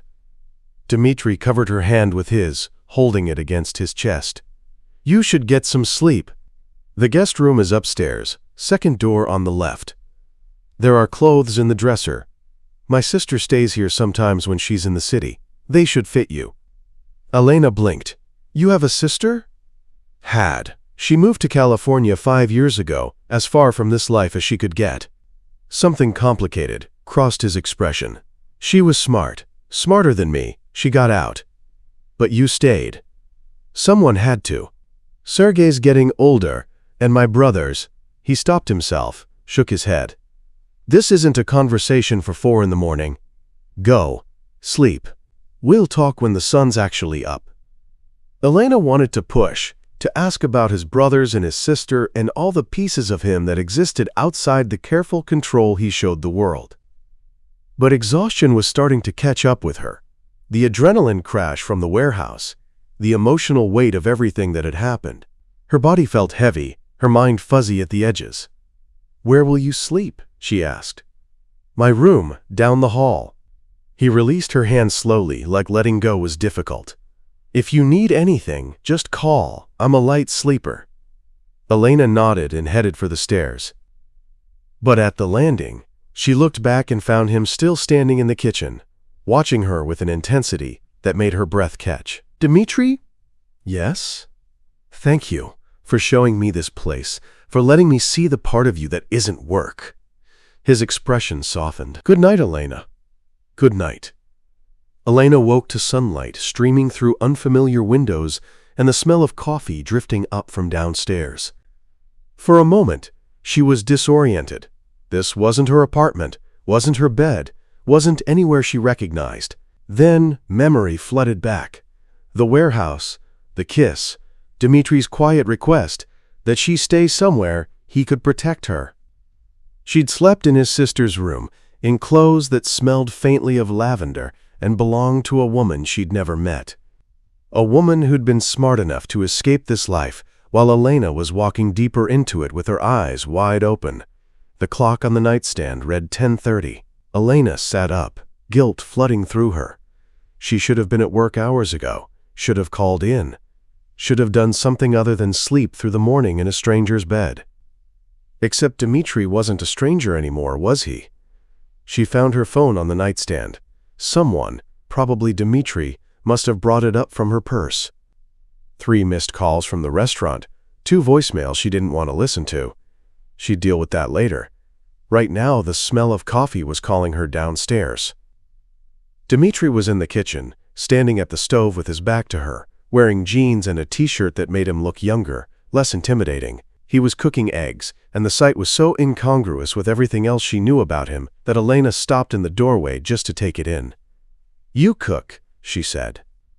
He glanced over his shoulder, and something softened in his expression when he saw her. "Someone has to feed you. Sit. Coffee's fresh." Elena slid into a chair at the small kitchen table, accepted the mug he poured for her. The coffee was strong and black, exactly the way she liked it, though she'd never told him that. He just knew, or had observed. With Dmitri, it was hard to tell the difference. He plated the eggs, perfectly scrambled, with toast and fruit on the side, and set it in front of her before making his own plate. The domesticity of it was surreal. This was the same man who'd beaten Tommy half to death last night. The same man who ran an organization built on violence and control. And here he was, making her breakfast like it was the most natural thing in the world.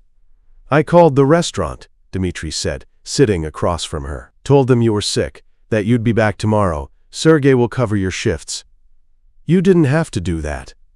"Yes, I did. You needed sleep more than you needed tips from tourists." He took a sip of his coffee, his eyes never leaving her face. "How are you feeling?" Elena considered the question. How is she feeling?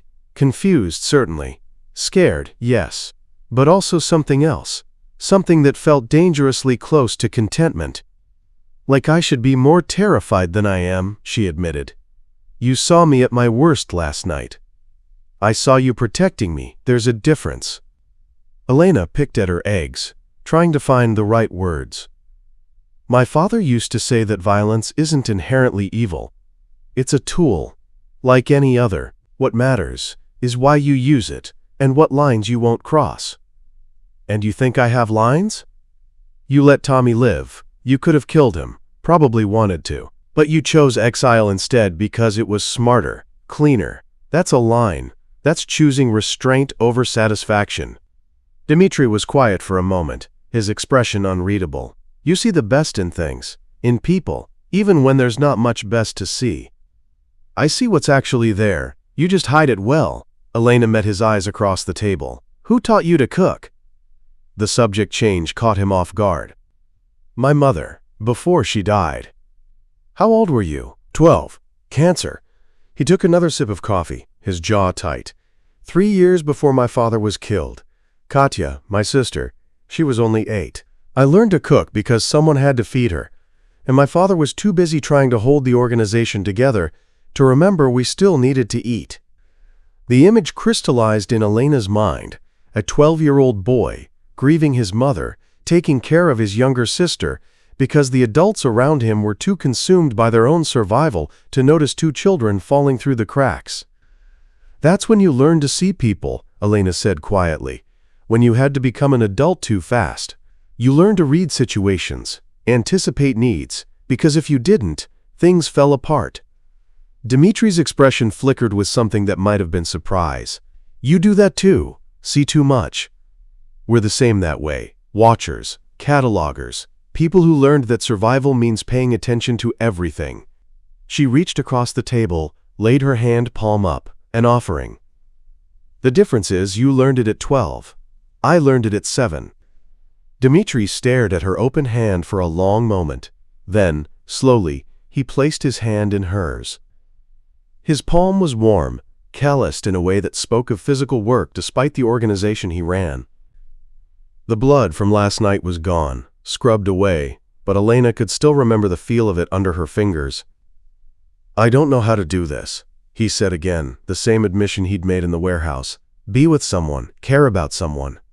I know how to protect and control and manage. But this, he gestured between them with his free hand, this is different. Then we'll be different together. Elena squeezed his hand. No rules except the ones we make, no expectations except honesty. We figure it out as we go. That simple? Probably not. But we can pretend it is until we hit a complication. Dimitri's lips curved into something that wasn't quite a smile, but was close. You're not what I expected. What did you expect? Someone who would run, or someone who would try to fix me, or someone who would see what I am and try to pretend it away. His thumb traced circles on her palm, that familiar gesture that was becoming their silent language. But you just see me. All of it. The violence and the control and the parts that are still trying to be human. And you're not running. Where would I run to? Elena asked. I've spent 5 years being invisible because it was safe. But it was also lonely. And then you noticed me. And suddenly safe didn't seem as important as seen.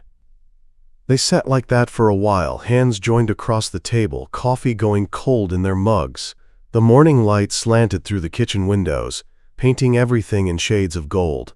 Somewhere outside, the city was going about its business, people rushing to work, children heading to school, a world that continued turning regardless of what happened in the dark corners where men like Dimitri operated. Elena felt suspended in this moment, like if she held perfectly still, she could make it last forever.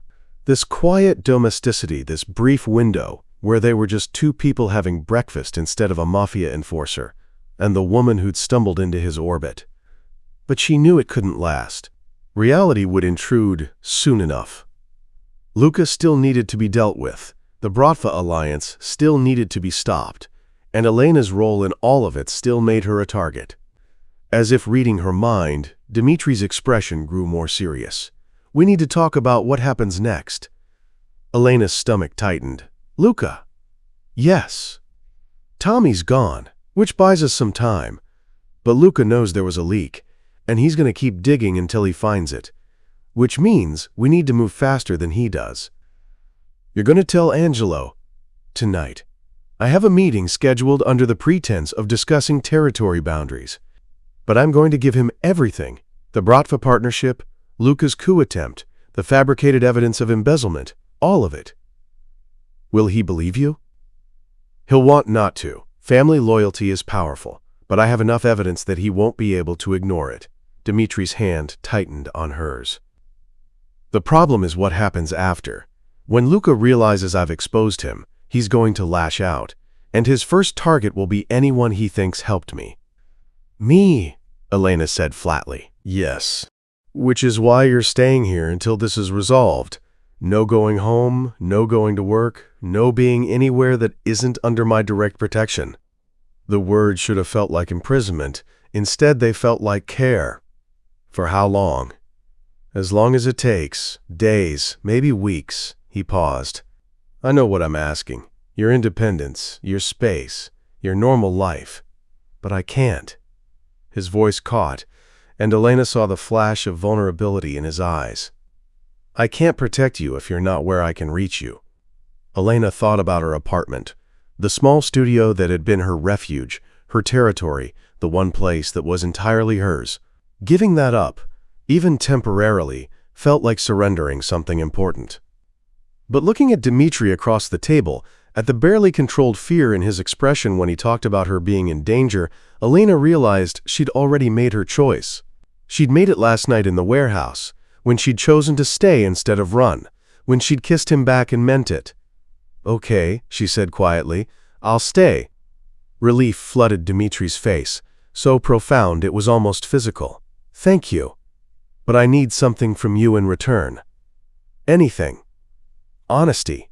Complete honesty.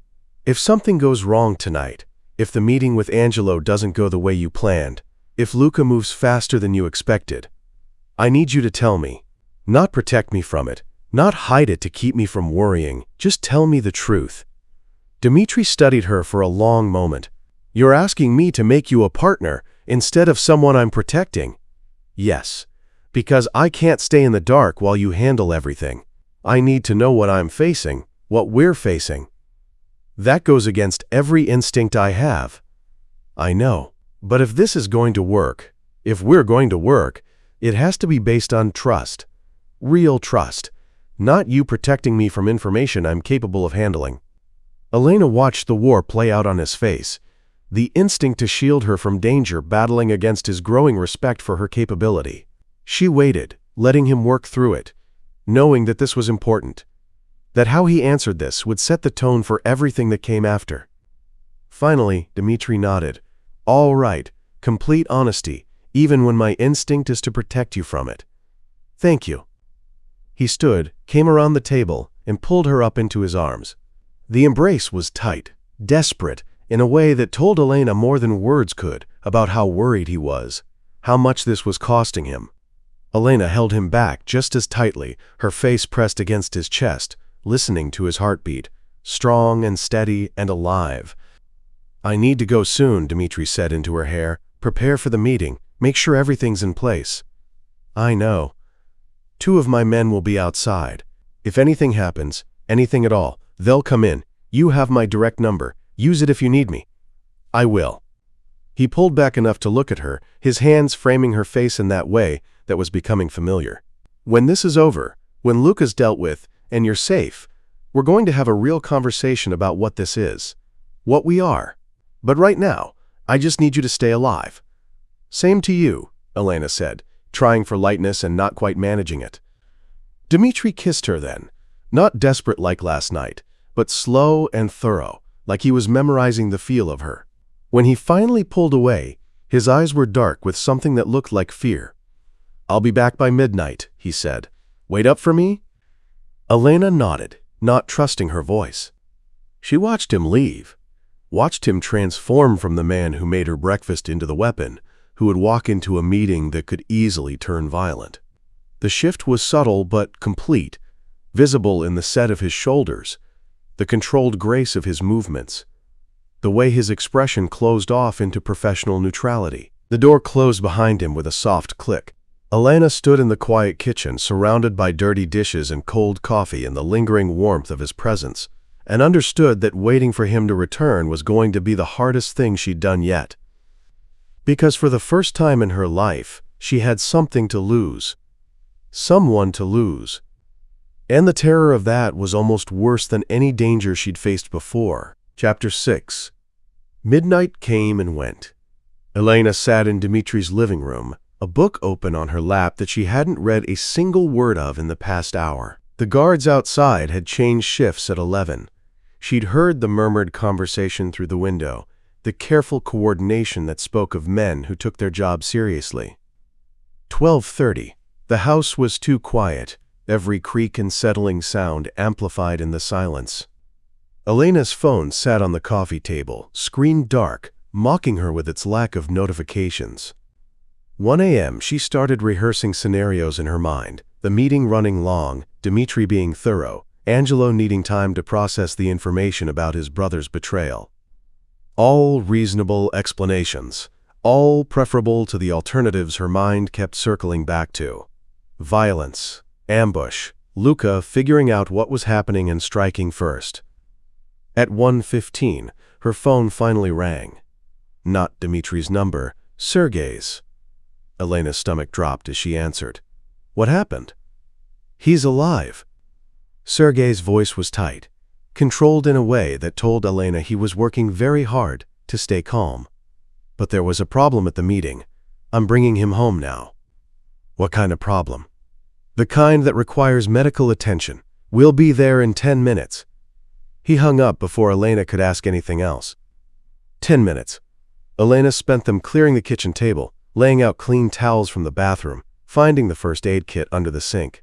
Her hands moved automatically, muscle memory, from growing up in a world where people came home bleeding, and you learned to ask questions later. When she heard the car pull up, she was at the door before Sergei could knock. Dmitri was conscious, which Elena took as a good sign. But he was leaning heavily on Sergei, his face pale and his shirt dark with blood. His left arm hung at an odd angle, and when he saw Elena, something flickered in his expression, relief mixed with what looked like shame. It looks worse than it is, he said, his voice strained. Kitchen, Elena said, stepping aside to let them through. Sit. Sergei helped Dmitri into a chair. Up close, Elena could see the damage. A knife wound in his left shoulder, shallow, but bleeding steadily. His left arm was dislocated, the joint visibly wrong. Bruises were already forming on his jaw and ribs. I need to set the shoulder, Sergei said, already moving into position. This is going to hurt. Elena moved to stand in front of Dmitri, her hands on his good shoulder. Look at me. His eyes met hers, dark with pain but also something else. Gratitude that she wasn't asking questions yet, wasn't panicking, wasn't doing anything except being present. Deep breath, Sergei warned. The crack of bones sliding back into socket was obscenely loud. Dmitri's jaw clenched, his whole body going rigid, but his eyes never left Elena's. She held his gaze through it, giving him something to focus on that wasn't the pain. When it was done, Dmitri sagged forward slightly, his forehead resting against Elena's chest while he caught his breath. She ran her fingers through his hair, the gesture automatic and soothing. Now the shoulder wound, Sergei said, already reaching for scissors to cut away Dmitri's blood-soaked shirt. It needs stitches. Elena had watched her father stitch wounds before, the careful precision, the steady hands, the way you had to detach yourself from the fact that you were causing pain in order to fix damage. She'd never done it herself, but she understood the principle. I can do it, she heard herself say. Both men looked at her. Sergei's expression was skeptical. Dmitri's was complicated, concern mixed with something that might have been hope. You've stitched a wound before? Sergei asked. No, but I've watched my father do it. And you need to get back out there, make sure whatever happened tonight doesn't spiral further. Elena met Sergei's eyes. I can do this. Trust me. Sergei looked at Dmitri, who nodded once. Permission and trust in a single gesture. First aid kit has everything you need, Sergei said, already heading for the door. Clean it first. Antiseptic. Then the needle and thread. Use the curved one. It's easier. Small stitches, close together. He can show you how. Then he was gone, and it was just Elena and Dmitri in the kitchen, the weight of what she'd volunteered to do settling over her like a physical thing. You don't have to do this, Dmitri said quietly. Sergei can come back. I want to. Elena opened the first aid kit, found the antiseptic and gauze. You promised me honesty, so while I do this, you're going to tell me what happened. Everything. Dmitri watched her prepare, his expression unreadable. When she began cleaning the wound, careful, methodical, trying not to cause more pain than necessary, he started talking. The meeting started normally. Angelo, his lieutenants, me, and Sergei. We discussed territory first, kept it professional. Then I laid out the evidence against Luka. Elena threaded the needle, her hands steady despite her racing heart. How did he react? Like a man who didn't want to believe his brother could betray him. He questioned everything, the sources, the timing, whether I had ulterior motives. But I had documentation, photographs, recordings of Luka's meetings with the Bratva. Dmitri hissed as Elena made the first stitch, but continued. Eventually, he couldn't deny it anymore. So what went wrong? Sal Benedetti, one of Luka's men. He was at the meeting, and he must have called Luka while Angelo was still processing. Luka showed up with 4 men, walked right into the restaurant where we were meeting, guns out, ready to start a war. Elena paused in her stitching, looking at his face. But there wasn't a war. No, because Angelo stood between Luka and me. Something flickered in Dmitri's expression. Respect, maybe, or surprise. He told his brother to stand down, said that coming in with guns drawn proved everything I'd said was true. That if Luka was innocent, he would have faced the accusations instead of trying to kill the messenger. But Luka didn't stand down.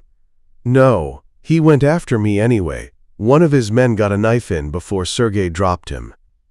The shoulder dislocation happened when I hit the floor. Dmitri's voice was matter-of-fact, like he was reporting on someone else's injuries. Angelo's men subdued the rest. Luka's in custody now, his own family's custody. Angelo will decide what to do with him. Elena continued stitching, her movements careful and precise. She'd done 5 stitches now, and the wound was starting to close. Will he kill him? Probably not. Exile, most likely. Strip him of his position and send him away with a message that if he ever comes back, then he dies. Dmitri watched her work, his eyes tracking every movement of the needle. You're good at this. I'm terrified I'm doing it wrong. You're not. Your hands are steady. The stitches are even. You're doing exactly what needs to be done. He paused. That seems to be your specialty. Elena finished the 7th stitch, tied it off, moved to the 8th. What happens now? With the Bratva? Angelo's sending them a message tomorrow. The partnership's dead, and if they try to move into Brooklyn anyway, they'll have both our families to deal with. United front. Dmitri's voice carried satisfaction despite the pain. This actually made our alliance with the Marinos stronger. Angelo knows I could have let Luka succeed, let his family tear itself apart. By warning him, I proved our treaty means something. And me? Elena asked quietly. Am I still in danger? From Luka, no, he'll be gone by tomorrow night. From the Bratva? Dmitri's expression darkened. Possibly. They lost their Brooklyn connection, and they might look for someone to blame. But they don't know you exist. Tommy never got the chance to tell anyone, and Luka doesn't know who the leak was. So I'm safe. As safe as anyone in this world ever is. He caught her hand as she reached for another stitch, his fingers gentle around hers. I'm sorry. For putting you in danger. For dragging you into all of this. Elena met his eyes.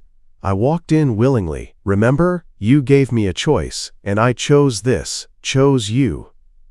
That doesn't make me feel less guilty. Good. A little guilt means you still have a conscience. She returned to her stitching, focusing on the careful placement of each one. How many more? 2, maybe 3. You're almost done. Elena completed the final stitches in silence, tied off the thread, and covered the wound with clean gauze and medical tape. When she was finished, she sat back and looked at her work. Not perfect, but solid. The bleeding had stopped. The wound was closed. There, she said softly. You'll live. Dmitri reached up with his good arm and pulled her close, pressing his face into her hair. Thank you. They stayed like that for a long moment, Elena's hands resting on his chest, feeling his heartbeat under her palms, steady and strong and alive. You should rest, she said finally. Let me help you upstairs. I don't want to rest. I want to stay here with you. But he was already standing, wincing at the movement. Elena moved to his good side, letting him lean on her as they made their way upstairs. His bedroom was simpler than she'd expected. A large bed with dark sheets, a dresser, a bookshelf overflowing with titles in English and Russian. No decorations, no personal touches, except for a single photograph on the nightstand. Elena caught a glimpse of it as she helped Dmitri sit on the bed. A family, younger versions of Dmitri and Sergei, a woman who must have been Dmitri's mother, 2 children. Before he died and everything changed. "Stay," Dmitri said as Elena moved toward the door, not a command, a request. "Please, I need to know you're here, that you're safe." Elena hesitated only a moment before nodding. She helped him out of his ruined clothes, careful of his injured shoulder, and handed him clean sweatpants from the dresser. When he was settled, she climbed into the bed beside him, leaving space between them so she wouldn't hurt him by accident. Dmitri immediately closed that space, pulling her against his good side, his arm around her shoulders. "Thank you," he said again into her hair, "for all of it. The stitches, the calm, not running when Sergei told you I was hurt." "Where would I run to?" Elena asked, echoing her words from that morning. "You're what I chose. In the warehouse, in the car, at breakfast this morning, every time I chose you. Even now, seeing me hurt, seeing how quickly this life can turn violent?" Especially now. She turned in his arms, careful not to jostle his shoulder, and looked up at him. "Because this is real, not some fantasy where you protect me from everything and nothing ever touches us. This is what it actually means to be with you. The danger and the fear and the waiting to see if you come home. And I'm still here." Dmitri's expression was raw in a way she'd never seen before. All his careful control stripped away by pain and exhaustion, and the bone-deep relief of being alive and home. "I don't deserve you." "Probably not," Elena agreed, "but you have me anyway." He kissed her then, gentle because of his injuries, but no less intense for it. When they broke apart, he rested his forehead against hers in that gesture that was becoming their signature. "Sleep," Elena said softly. "I'll be here when you wake up." "Promise?" "I promise." Dmitri's eyes drifted closed, his body finally giving in to the exhaustion it had been fighting. Elena stayed awake longer, watching him sleep, cataloging the damage, the bruises forming on his jaw, the careful way he held his injured shoulder even in sleep, the lines of pain etched around his eyes. This was what loving a dangerous man looked like, not the romance novels where the hero swept in to save the day unscathed. Not the fantasy where violence happened off-page and consequences were abstract. This real visceral thing where the man you'd chosen came home bleeding and you stitched him back together with shaking hands while he told you exactly what had happened because you demanded honesty. Where you climbed into bed beside him, not because it was romantic but because he needed to feel you there, needed the confirmation that you hadn't left, that you were still choosing him even after seeing what this life cost. Elena pressed her face into Dmitri's shoulder, the good one, and breathed in the scent of him beneath the copper tang of blood and antiseptic. Alive, whole, hers. And she understood with perfect clarity that this was only the beginning. That there would be more nights like this, more injuries, more moments of terror, when she didn't know if he was coming home. But there would also be mornings like this one had been: breakfast and coffee and quiet conversation, books read in comfortable silence. The careful building of a life in the spaces between violence. It wouldn't be easy. It would probably hurt more than it healed some days. But it would be real. And real was what Elena had been missing her entire invisible life. She felt Dmitri's breathing even out into the deep rhythm of true sleep.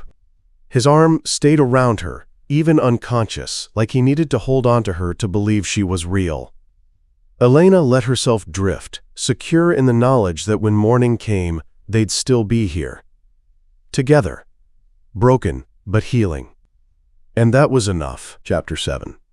3 weeks passed in a kind of suspended reality. Dmitri healed slowly, his shoulders stiff, and his movements careful for the first week. Elena watched him work through the pain with the same controlled determination he applied to everything else.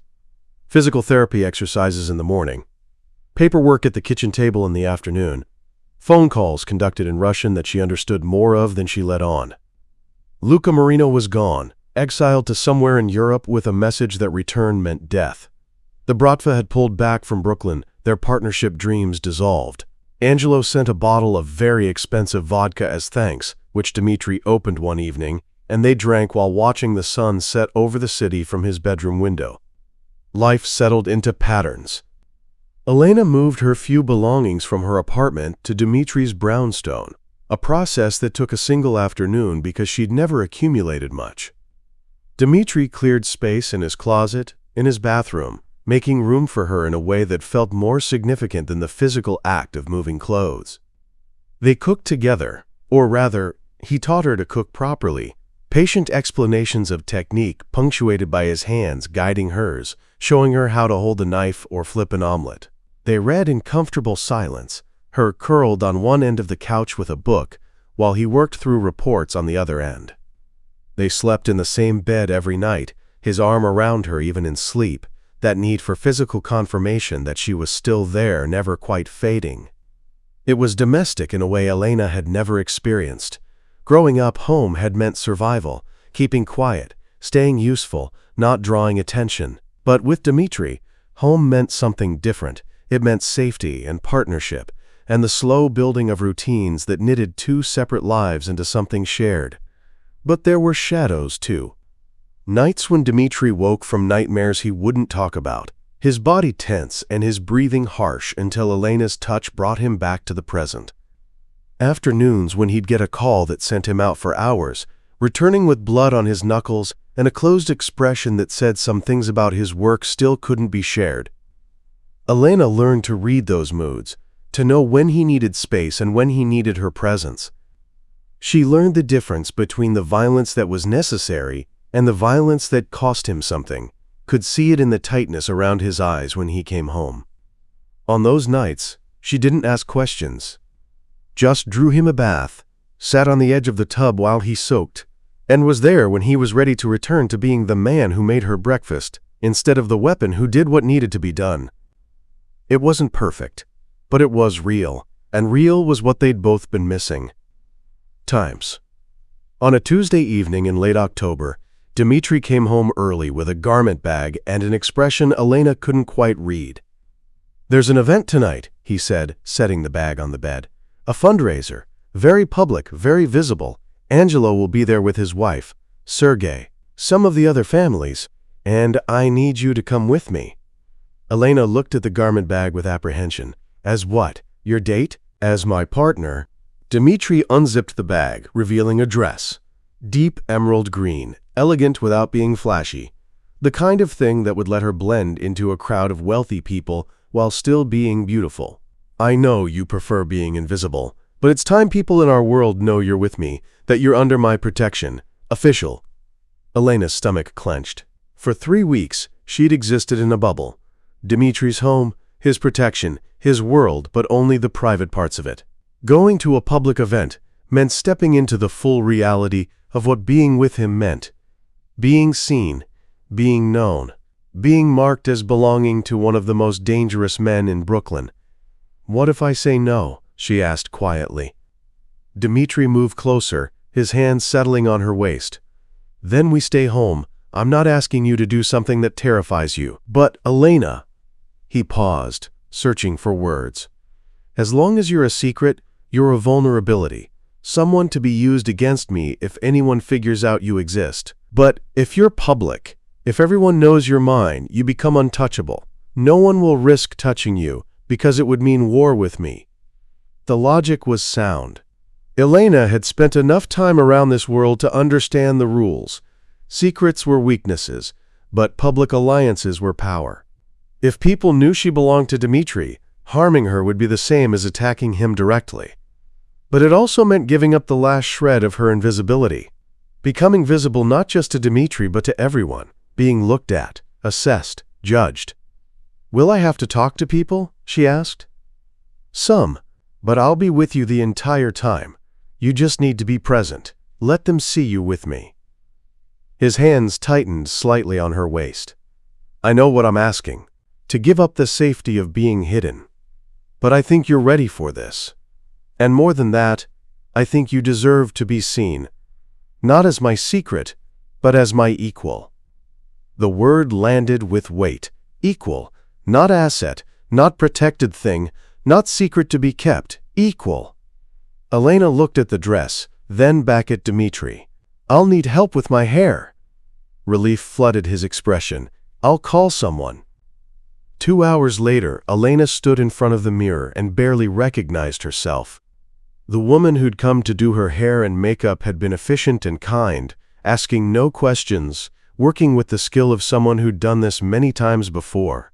The result was elegant. Her dark hair swept up, her makeup subtle but polished, the dress fitting perfectly. She looked like someone important, someone who belonged on a powerful man's arm. It was terrifying. Dmitri appeared in the doorway, wearing a suit that made him look even more dangerous than usual, all sharp lines and controlled power. When he saw her, something shifted in his expression, a heat entering his eyes that made Elena's breath catch. You're beautiful, he said simply. I look like someone I'm not. You look like exactly who you are, you've just stopped hiding it.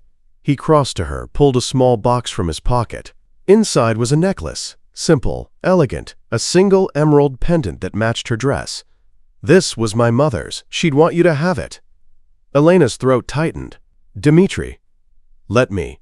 He moved behind her, fastened the necklace with careful fingers.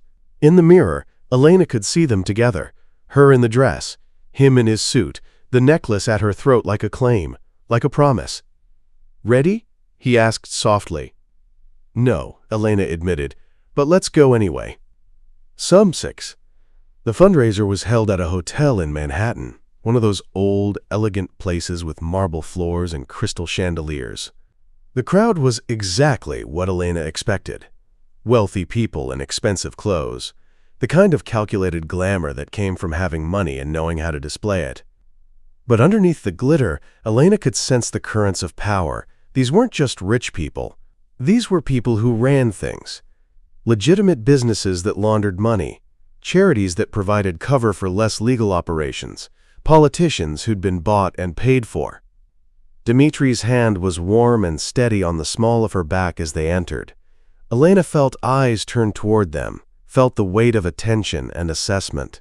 People noting who Dmitri had brought, cataloging her appearance, filing away the information for future use. Breathe, Dmitri murmured in her ear. You're doing fine. Angelo Marino approached first, his wife on his arm, a woman in her 50s with sharp eyes and a kind smile. Dmitri, good to see you. His gaze moved to Elena, assessing, but not unkind. And you must be Elena. I've heard about you. Good things, I hope, Elena said, finding her voice. Interesting things. Angelo's smile was genuine. Dmitri tells me you have excellent instincts. That's a rare quality. She does, Dmitri said, his hand tightening slightly on Elena's back. Not possessive, but protective. Present, and she's proven herself more than capable. Angelo's wife, Maria, stepped forward with a warm smile. Come, let me introduce you to some people. The men will want to talk business, and that's terribly boring. Elena glanced at Dmitri, who nodded once, permission and trust. She let Maria guide her away from the men, into a cluster of women who all looked polished and poised in that way that came from years of practice. The conversations were careful, coded. The women talked about charities and schools and vacation homes, but underneath Elena could hear the real discussions, territory and alliances, whose husband was rising and whose was falling from favor. She'd learned to read these undercurrents from her father, from years of listening to conversations that seemed innocent but carried weight. Maria introduced her simply, "This is Elena. She's with Dmitri Morozov." The words carried implications, not just dating, not just temporary, with, as in partnered, as in permanent. Elena fielded questions with careful answers, neither revealing too much nor seeming evasive. Where was she from? Brighton Beach. How had she met Dmitri? Through family connections. What did she do? She was figuring that out. The women accepted her with varying degrees of warmth, some clearly curious, others cautiously welcoming. Elena understood. She was new, unknown, and attached to someone powerful. They were assessing whether she was a threat an asset, or simply someone to be tolerated. Across the room, Elena could see Dmitri in conversation with Angelo and Sergei, his posture relaxed, but his attention never straying far from where she stood. Every few minutes his eyes would find hers, a silent check-in that said, "I'm here, you're safe, we're doing this together." And gradually Elena felt something shift. The terror that had gripped her in the car was still there, but underneath it was something else. Pride, maybe. Or purpose. She was holding her own in a room full of people who'd spent their lives navigating these social minefields. She was representing Dmitri well, showing these people that he'd chosen someone capable. When dinner was announced, Dmitri materialized at her side as if summoned. "How are you doing?" he asked quietly. "Better than I expected," Elena admitted. "Your world isn't as scary from the inside." "Our world," he corrected, guiding her toward their table. "Not mine, ours." The dinner passed in a blur of courses and conversation. Elena sat beside Dmitri, his hand occasionally finding hers under the table. That quiet reassurance that she was doing well, that he was proud of her. It was during dessert that the moment came, the one that would cement her position in this world or break it. A man approached their table, someone Elena didn't recognize. Younger, maybe 30, with the kind of aggressive confidence that came from not understanding his own limitations. "Dmitri," the man said, his smile too wide. "Good to see you. And who's this?" Elena felt Dmitri's hand tighten on hers, a warning. "Elena," he said, his voice carrying an edge, "my partner."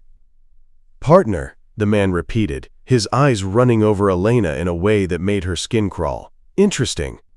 I didn't know you were the type to bring dates to business events." "She's not a date." Dmitri's voice had gone cold. "She's family. And you'll address her with respect, or you'll find yourself explaining your rudeness to people who care less about your excuses than I do." The threat was unmistakable. The man's smile faltered, and Elena saw the moment he realized he'd made a mistake. Insulting Dmitri's partner meant insulting Dmitri himself.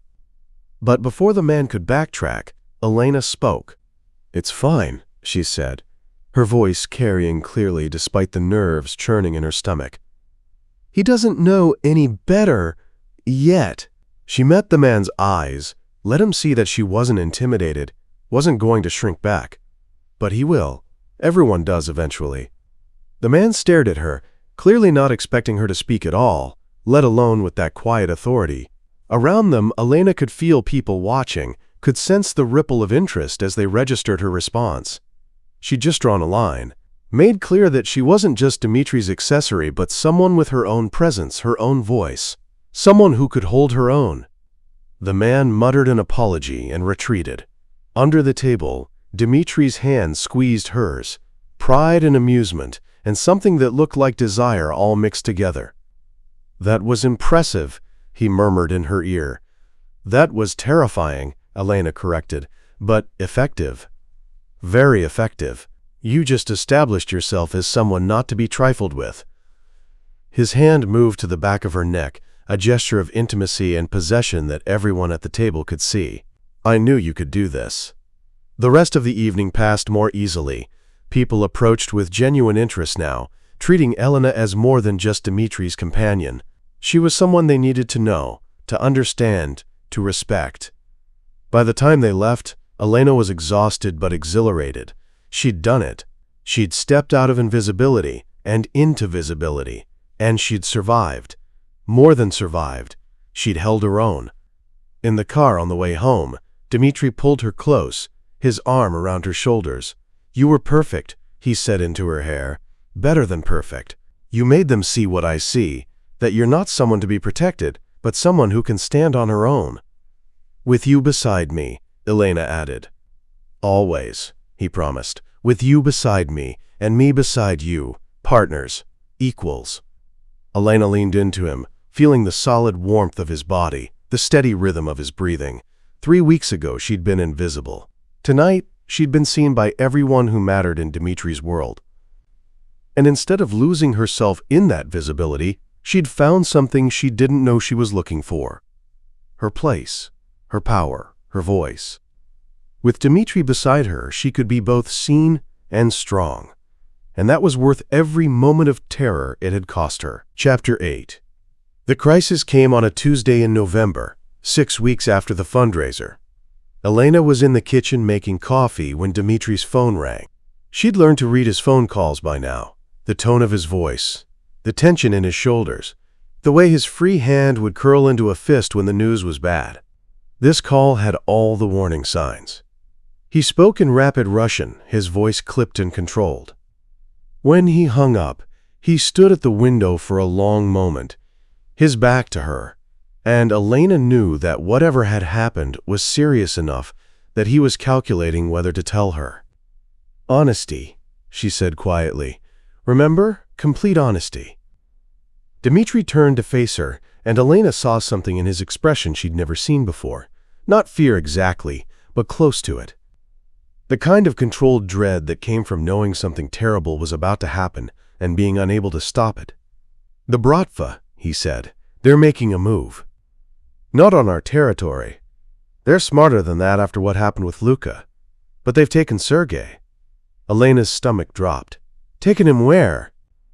"We don't know yet, but they've made contact. They want a meeting. Tonight." Dmitri's jaw tightened. "They're using him as leverage. They want to negotiate the Brooklyn partnership they lost when Luka was exiled. And they think holding Sergei will force me to give them what they want. Will you?" "I can't. If I give them Brooklyn, it breaks our treaty with Angelo. It undermines everything we've built. And it shows weakness, that kidnapping our people is an effective strategy. Every family we work with would see that and know we can be pressured." Elena understood the calculation even as her heart rebelled against it. Sergei was Dmitri's uncle, the closest thing to a father he had left. But he was also just one man, and one man's life couldn't be worth the stability of the entire organization. "So what's the plan?" she asked. "I go to the meeting, I negotiate for time while my men locate where they're holding him, then we extract him by force." Dmitri's voice was steady, but Elena could see the cost of that steadiness in the tension around his eyes. "It's high risk. They'll be expecting an attempt, but it's the only way that doesn't set a precedent for more kidnappings." "When?" "Meetings at 9 tonight, neutral ground, a warehouse in Red Hook. They've promised safe passage, but that doesn't mean much when they've already broken every other rule." He moved toward her, his hands settling on her shoulders. "I need you to stay here, with the guards. No matter what happens, no matter what you hear, you stay inside where it's safe." Elena looked up at him, at the man who'd walked into her life and made her believe in being seen. What if something goes wrong? "Then Alexei, my brother, will come here and make sure you're protected. He has instructions, resources. You'll be safe." Dmitri's hands tightened on her shoulders. "I need you to promise me, Elena. Promise that you'll stay here, that you won't try to help or follow or do anything, except stay safe." It was the kind of promise that went against every instinct Elena had, to stay passive while people she cared about walked into danger. But she also understood that her presence would only complicate things, would give Dmitri one more thing to worry about when he needed all his focus on extracting Sergei alive. "I promise," she said quietly. "I'll stay here, but Dmitri—" Her voice caught, and she forced herself to continue. "You come back to me. However you have to do it, whatever it costs, you come back."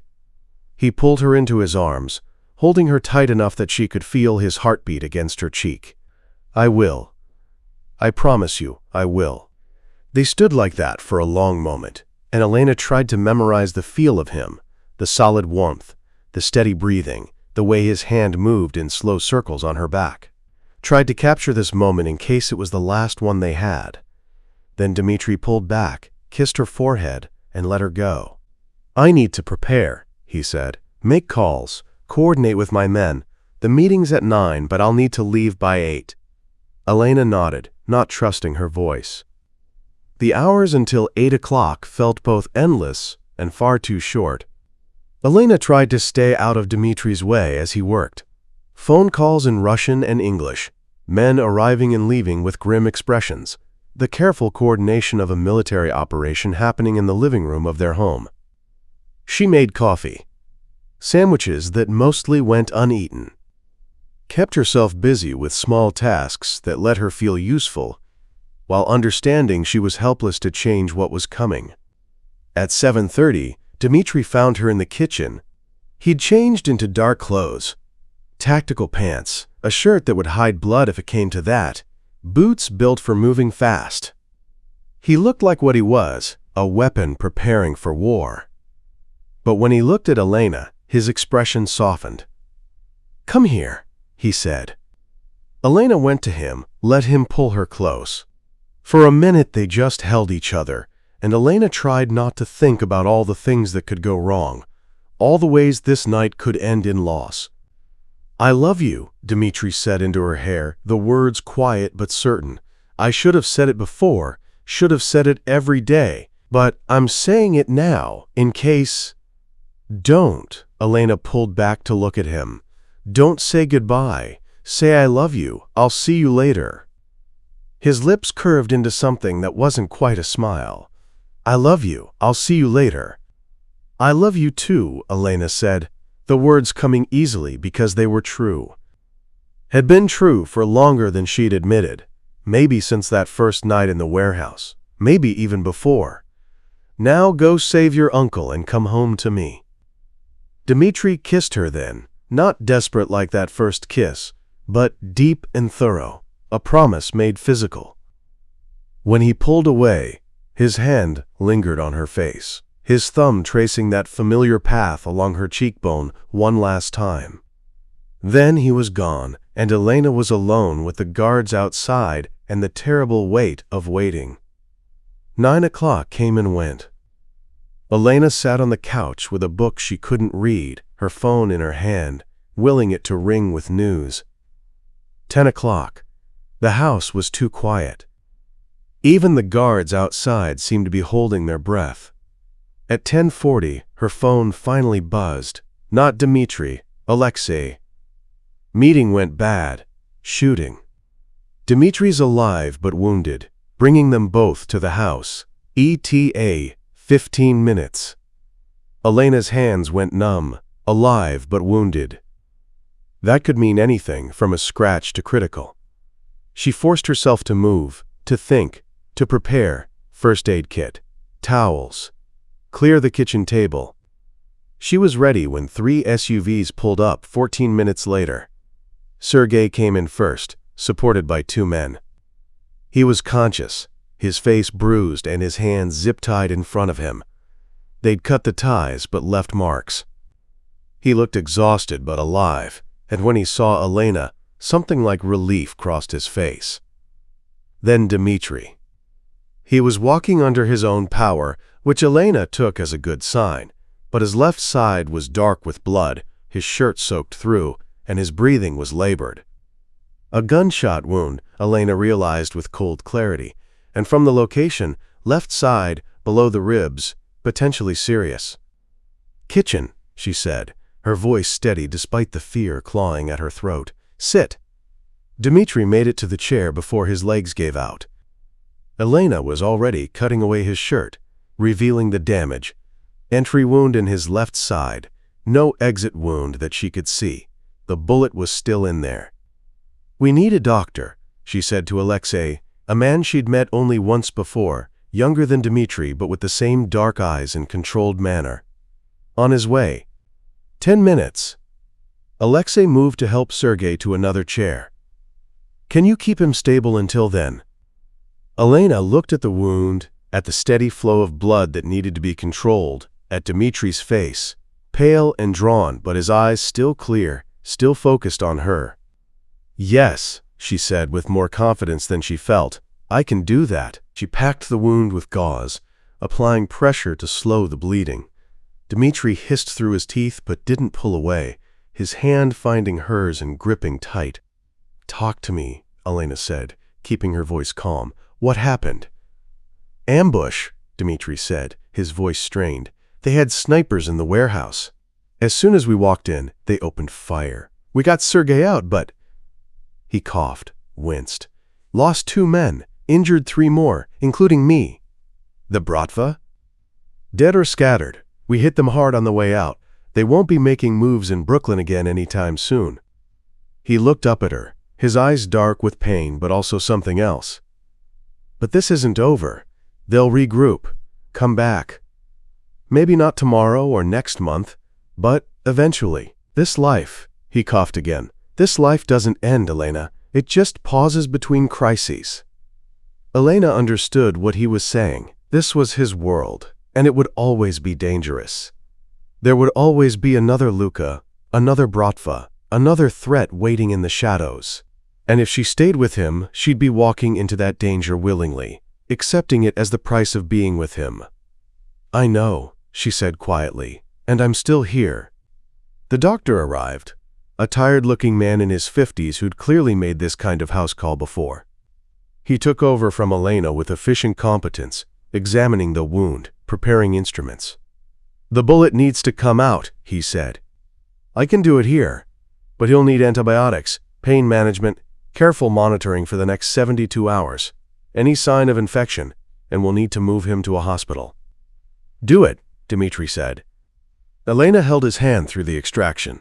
30 minutes of careful work while Dmitri's grip on her fingers tightened to the point of pain and his breathing went harsh and labored.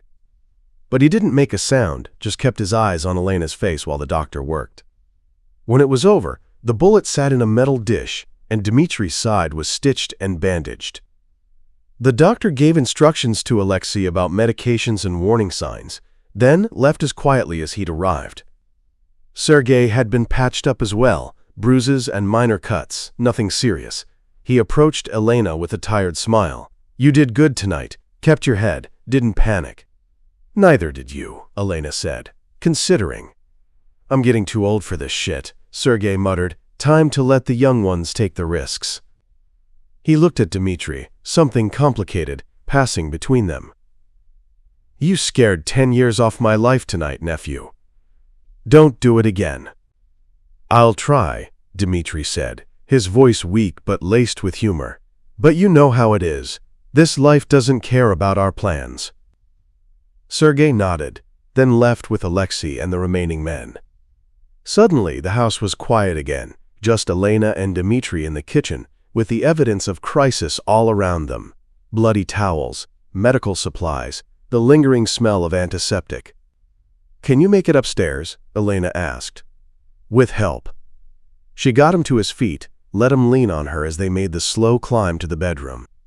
By the time they reached the bed, Dmitri was gray with exhaustion and pain, his breathing shallow. Elena helped him lie down, arranged pillows to keep pressure off his injured side, pulled a blanket over him. When she moved to leave, his hand caught hers. Stay, he said, please.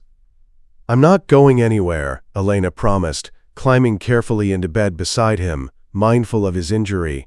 I'm right here. Dmitri's hand found hers in the darkness, his grip weak but determined. You could leave, he said quietly, after tonight, after seeing what this life really costs. No one would blame you. Is that what you want? For me to leave? No, God, no, his voice cracked slightly. But I want you to have the choice. To understand what you're choosing. Elena turned on her side to face him, careful not to jostle his wound. In the dim light from the hallway, she could see his face, pale and drawn but alive, here, hers. I understand perfectly, she said. This life is dangerous. People get hurt. People die. There's always another crisis, always another threat. And being with you means accepting that danger as part of our reality.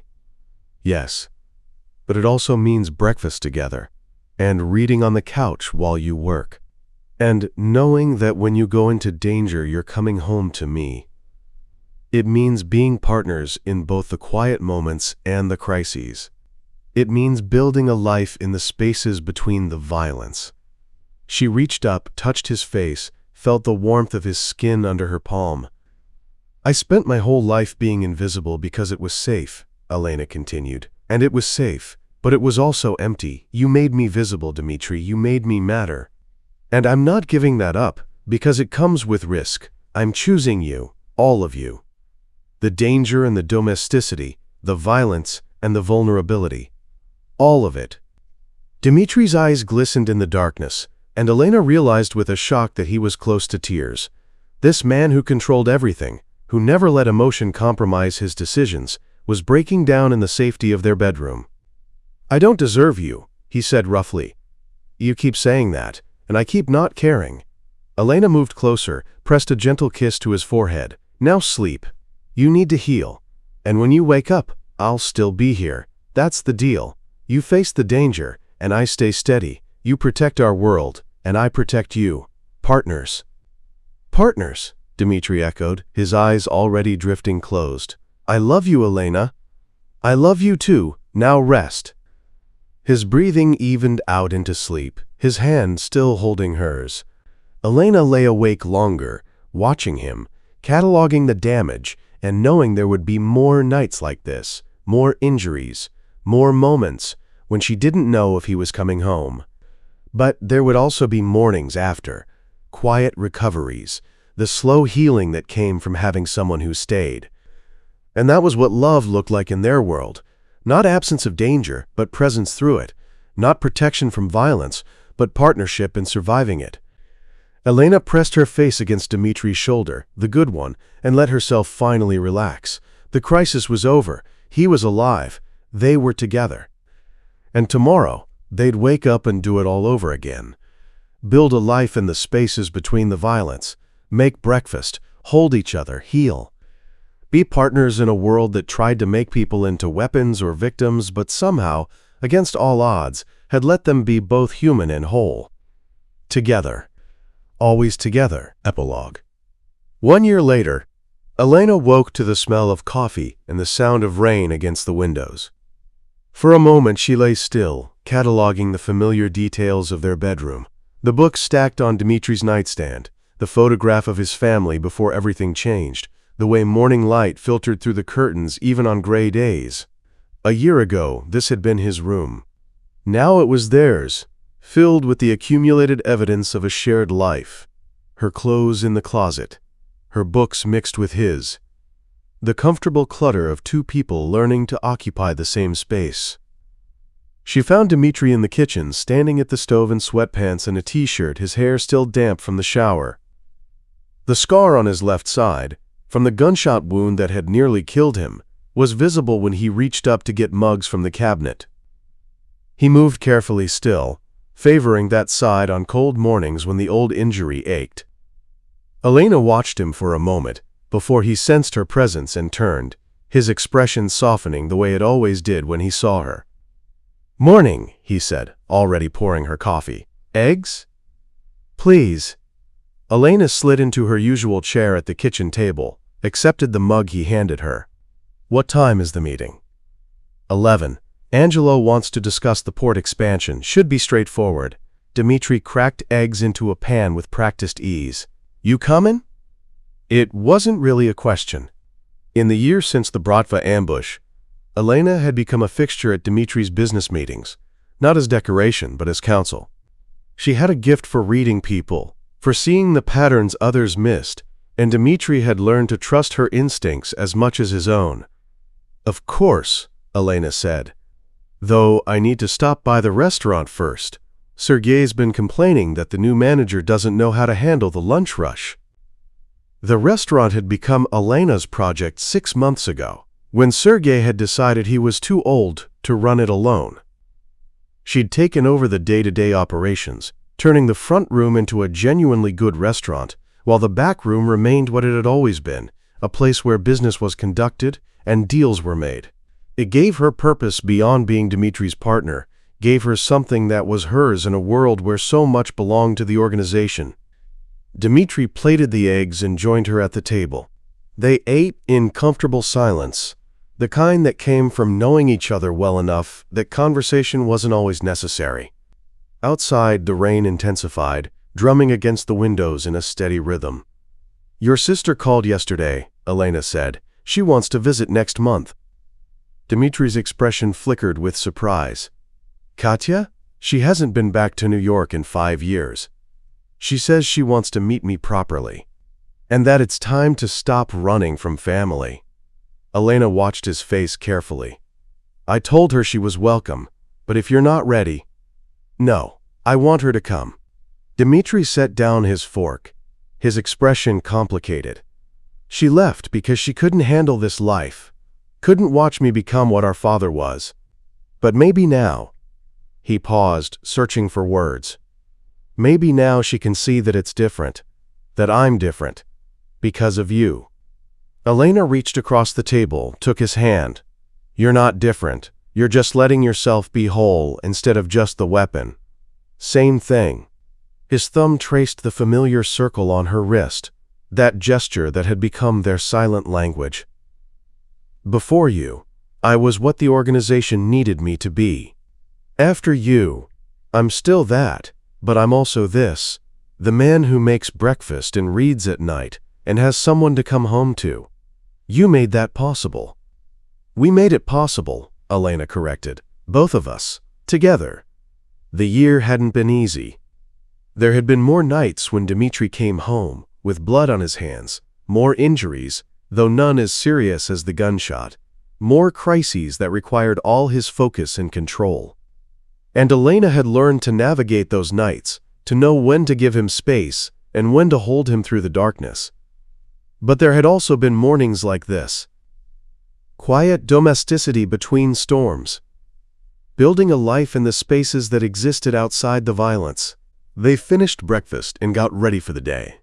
Dmitri in one of his sharp suits, Elena in clothes that straddled the line between professional and practical. When she came downstairs, he was waiting by the door with her coat, holding it open for her, in that small gesture of care that never failed to make her chest tighten. Thank you, she said, letting him settle the coat on her shoulders. His hands lingered there, warm through the fabric. For what? For this. All of it. The breakfast and the coat and the way you look at me like I'm the most important thing in your world, even when you have a dozen other things demanding your attention. Dmitri turned her to face him, his hands moving to cup her face in that way that always made her feel precious. You are the most important thing. The organization matters, the alliances matter, staying alive matters. But none of it means anything if I don't have you to come home to. He kissed her then, slow and thorough, and Elena let herself sink into it, this moment of connection before they stepped out into the world where they had to be careful, controlled, always aware of who was watching. When they broke apart, Elena smiled up at him. We're going to be late for your meeting. Let them wait. But he was already moving toward the door, his hand finding hers, fingers intertwining in a way that had become automatic. They drove through the rain-soaked streets of Brooklyn, past familiar landmarks that had taken on new meaning over the past year. The warehouse where he'd first shown her the full extent of his violence. The cafe where the poker games had been held. The restaurant that was now hers as much as the organization's. This was their territory now, not just Dmitri's, but theirs. Built together, protected together, lived in together. At the restaurant, Sergei was waiting with the new manager, a young woman named Nina, who looked terrified until Elena smiled at her and asked about the specific problems she was having. 20 minutes later, the issues were solved with a few adjustments to the schedule and some reassurance that mistakes were expected, not punished. You're good at this, Sergei said as Nina hurried back to the kitchen, managing people, making them feel valued instead of afraid. I learned from watching what doesn't work, Elena said wryly. My father ruled by fear. It kept people in line, but it also made them resent him. I'd rather they stay because they want to, not because they're terrified of leaving. Smart. Sergei glanced at Dmitri, who was on his phone coordinating details for the meeting. You've been good for him. Made him remember there's more to leadership than being the scariest man in the room. Elena thought about that first night, when Dmitri had stood over Tommy's beaten form and chosen exile over execution, when he'd made the tactical choice instead of the emotional one even though his instincts had been screaming for blood. He was always more than that, she said. I just gave him permission to show it. The meeting with Angela was indeed straightforward. Plans for expanding their control of port operations, discussions about profit sharing and territory boundaries. Elena sat beside Dmitri, watching the dynamics of the room, noting which men were genuinely loyal to Angelo and which were positioning themselves for advancement. Afterward, as they were leaving, Angelo pulled Dmitri aside. Elena stayed close enough to hear, as she always did now. "Your father would be proud," Angelo said quietly. "The way you've built this, the stability, the alliances, even the way you've managed to have a life outside the business." His eyes moved to Elena. "That's rare in our world. Most of us lose ourselves in it completely. But you found a way to be both." "I had help," Dmitri said, his hand finding the small of Elena's back. "The best kind," Angelo nodded to them both. "Take care of each other. God knows this life doesn't make it easy." They drove home through streets that were still rain-slicked, but clearing, the afternoon light breaking through the clouds in shafts of gold.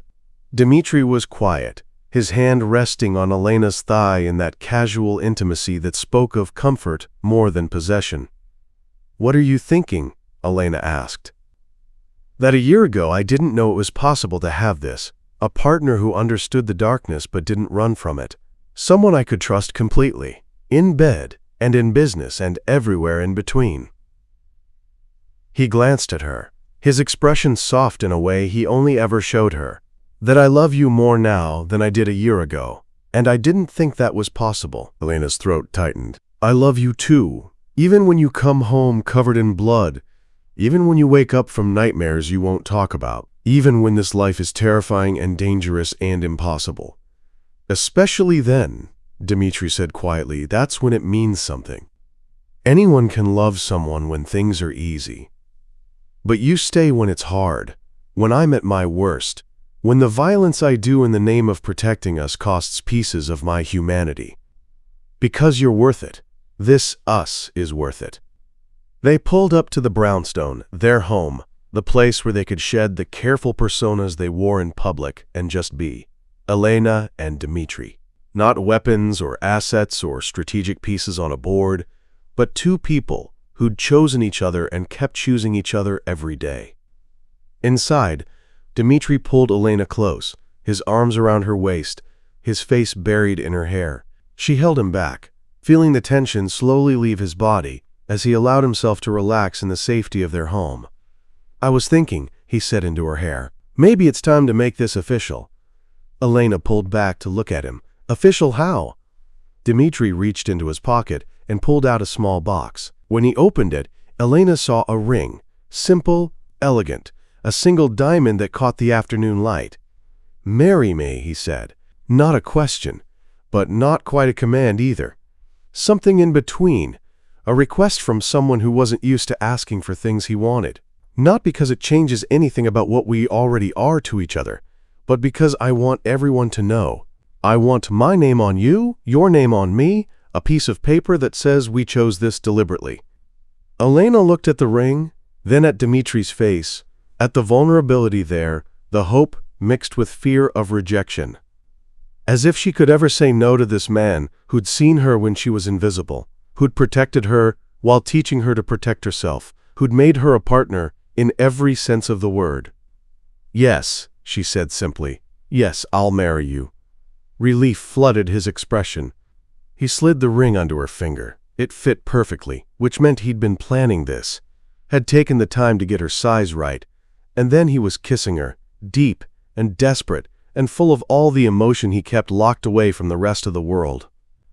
When they finally broke apart, both breathing hard, Dmitri rested his forehead against hers in that gesture that had become theirs alone. "You're sure?" he asked. "This life, it doesn't get easier. There will always be danger, always be nights when you don't know if I'm coming home, always be violence, lurking at the edges of whatever peace we build." "I know," Elena said, "and I'm choosing it anyway, choosing you anyway. Every day, every crisis, every moment of terror, I choose you, because the alternative is a life without you, and that's not living, that's just existing." She thought about the girl she'd been a year ago, invisible, careful, alone, and the woman she was now, seen, known, loved. The transformation hadn't been easy. It had required courage she didn't know she possessed, resilience she'd had to build one crisis at a time, and the willingness to accept that safety was an illusion, but partnership was real. "I love you," Dmitri said, his voice rough with emotion. "I will protect you with everything I have. I will come home to you every time I can. And I will spend the rest of my life making sure you never regret choosing me." "I know," Elena said again, "and I love you, not despite what you are, but because of all of it. The violence and the vulnerability, the control and the care, the weapon and the man who makes me breakfast." They stood like that in their living room, holding each other as the afternoon light shifted and the city hummed outside their windows. Tomorrow there would be more meetings, more crises, more moments when the darkness of Dmitri's world threatened to overwhelm the light they'd built together.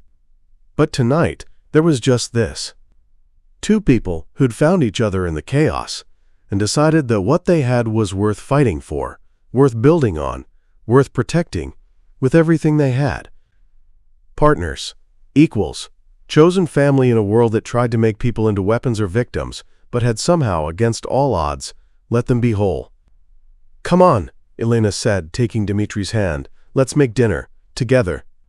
And as they moved into the kitchen, their hands joined and their futures intertwined, Elena understood with perfect clarity that this was what happy endings looked like in their world. Not the absence of danger, but the presence of love strong enough to survive it. Not protection from violence, but partnership through it. Not a fairy tale where everything was perfect, but a real story where two broken people had found each other and decided that together they could be whole. That was enough. More than enough. It was everything.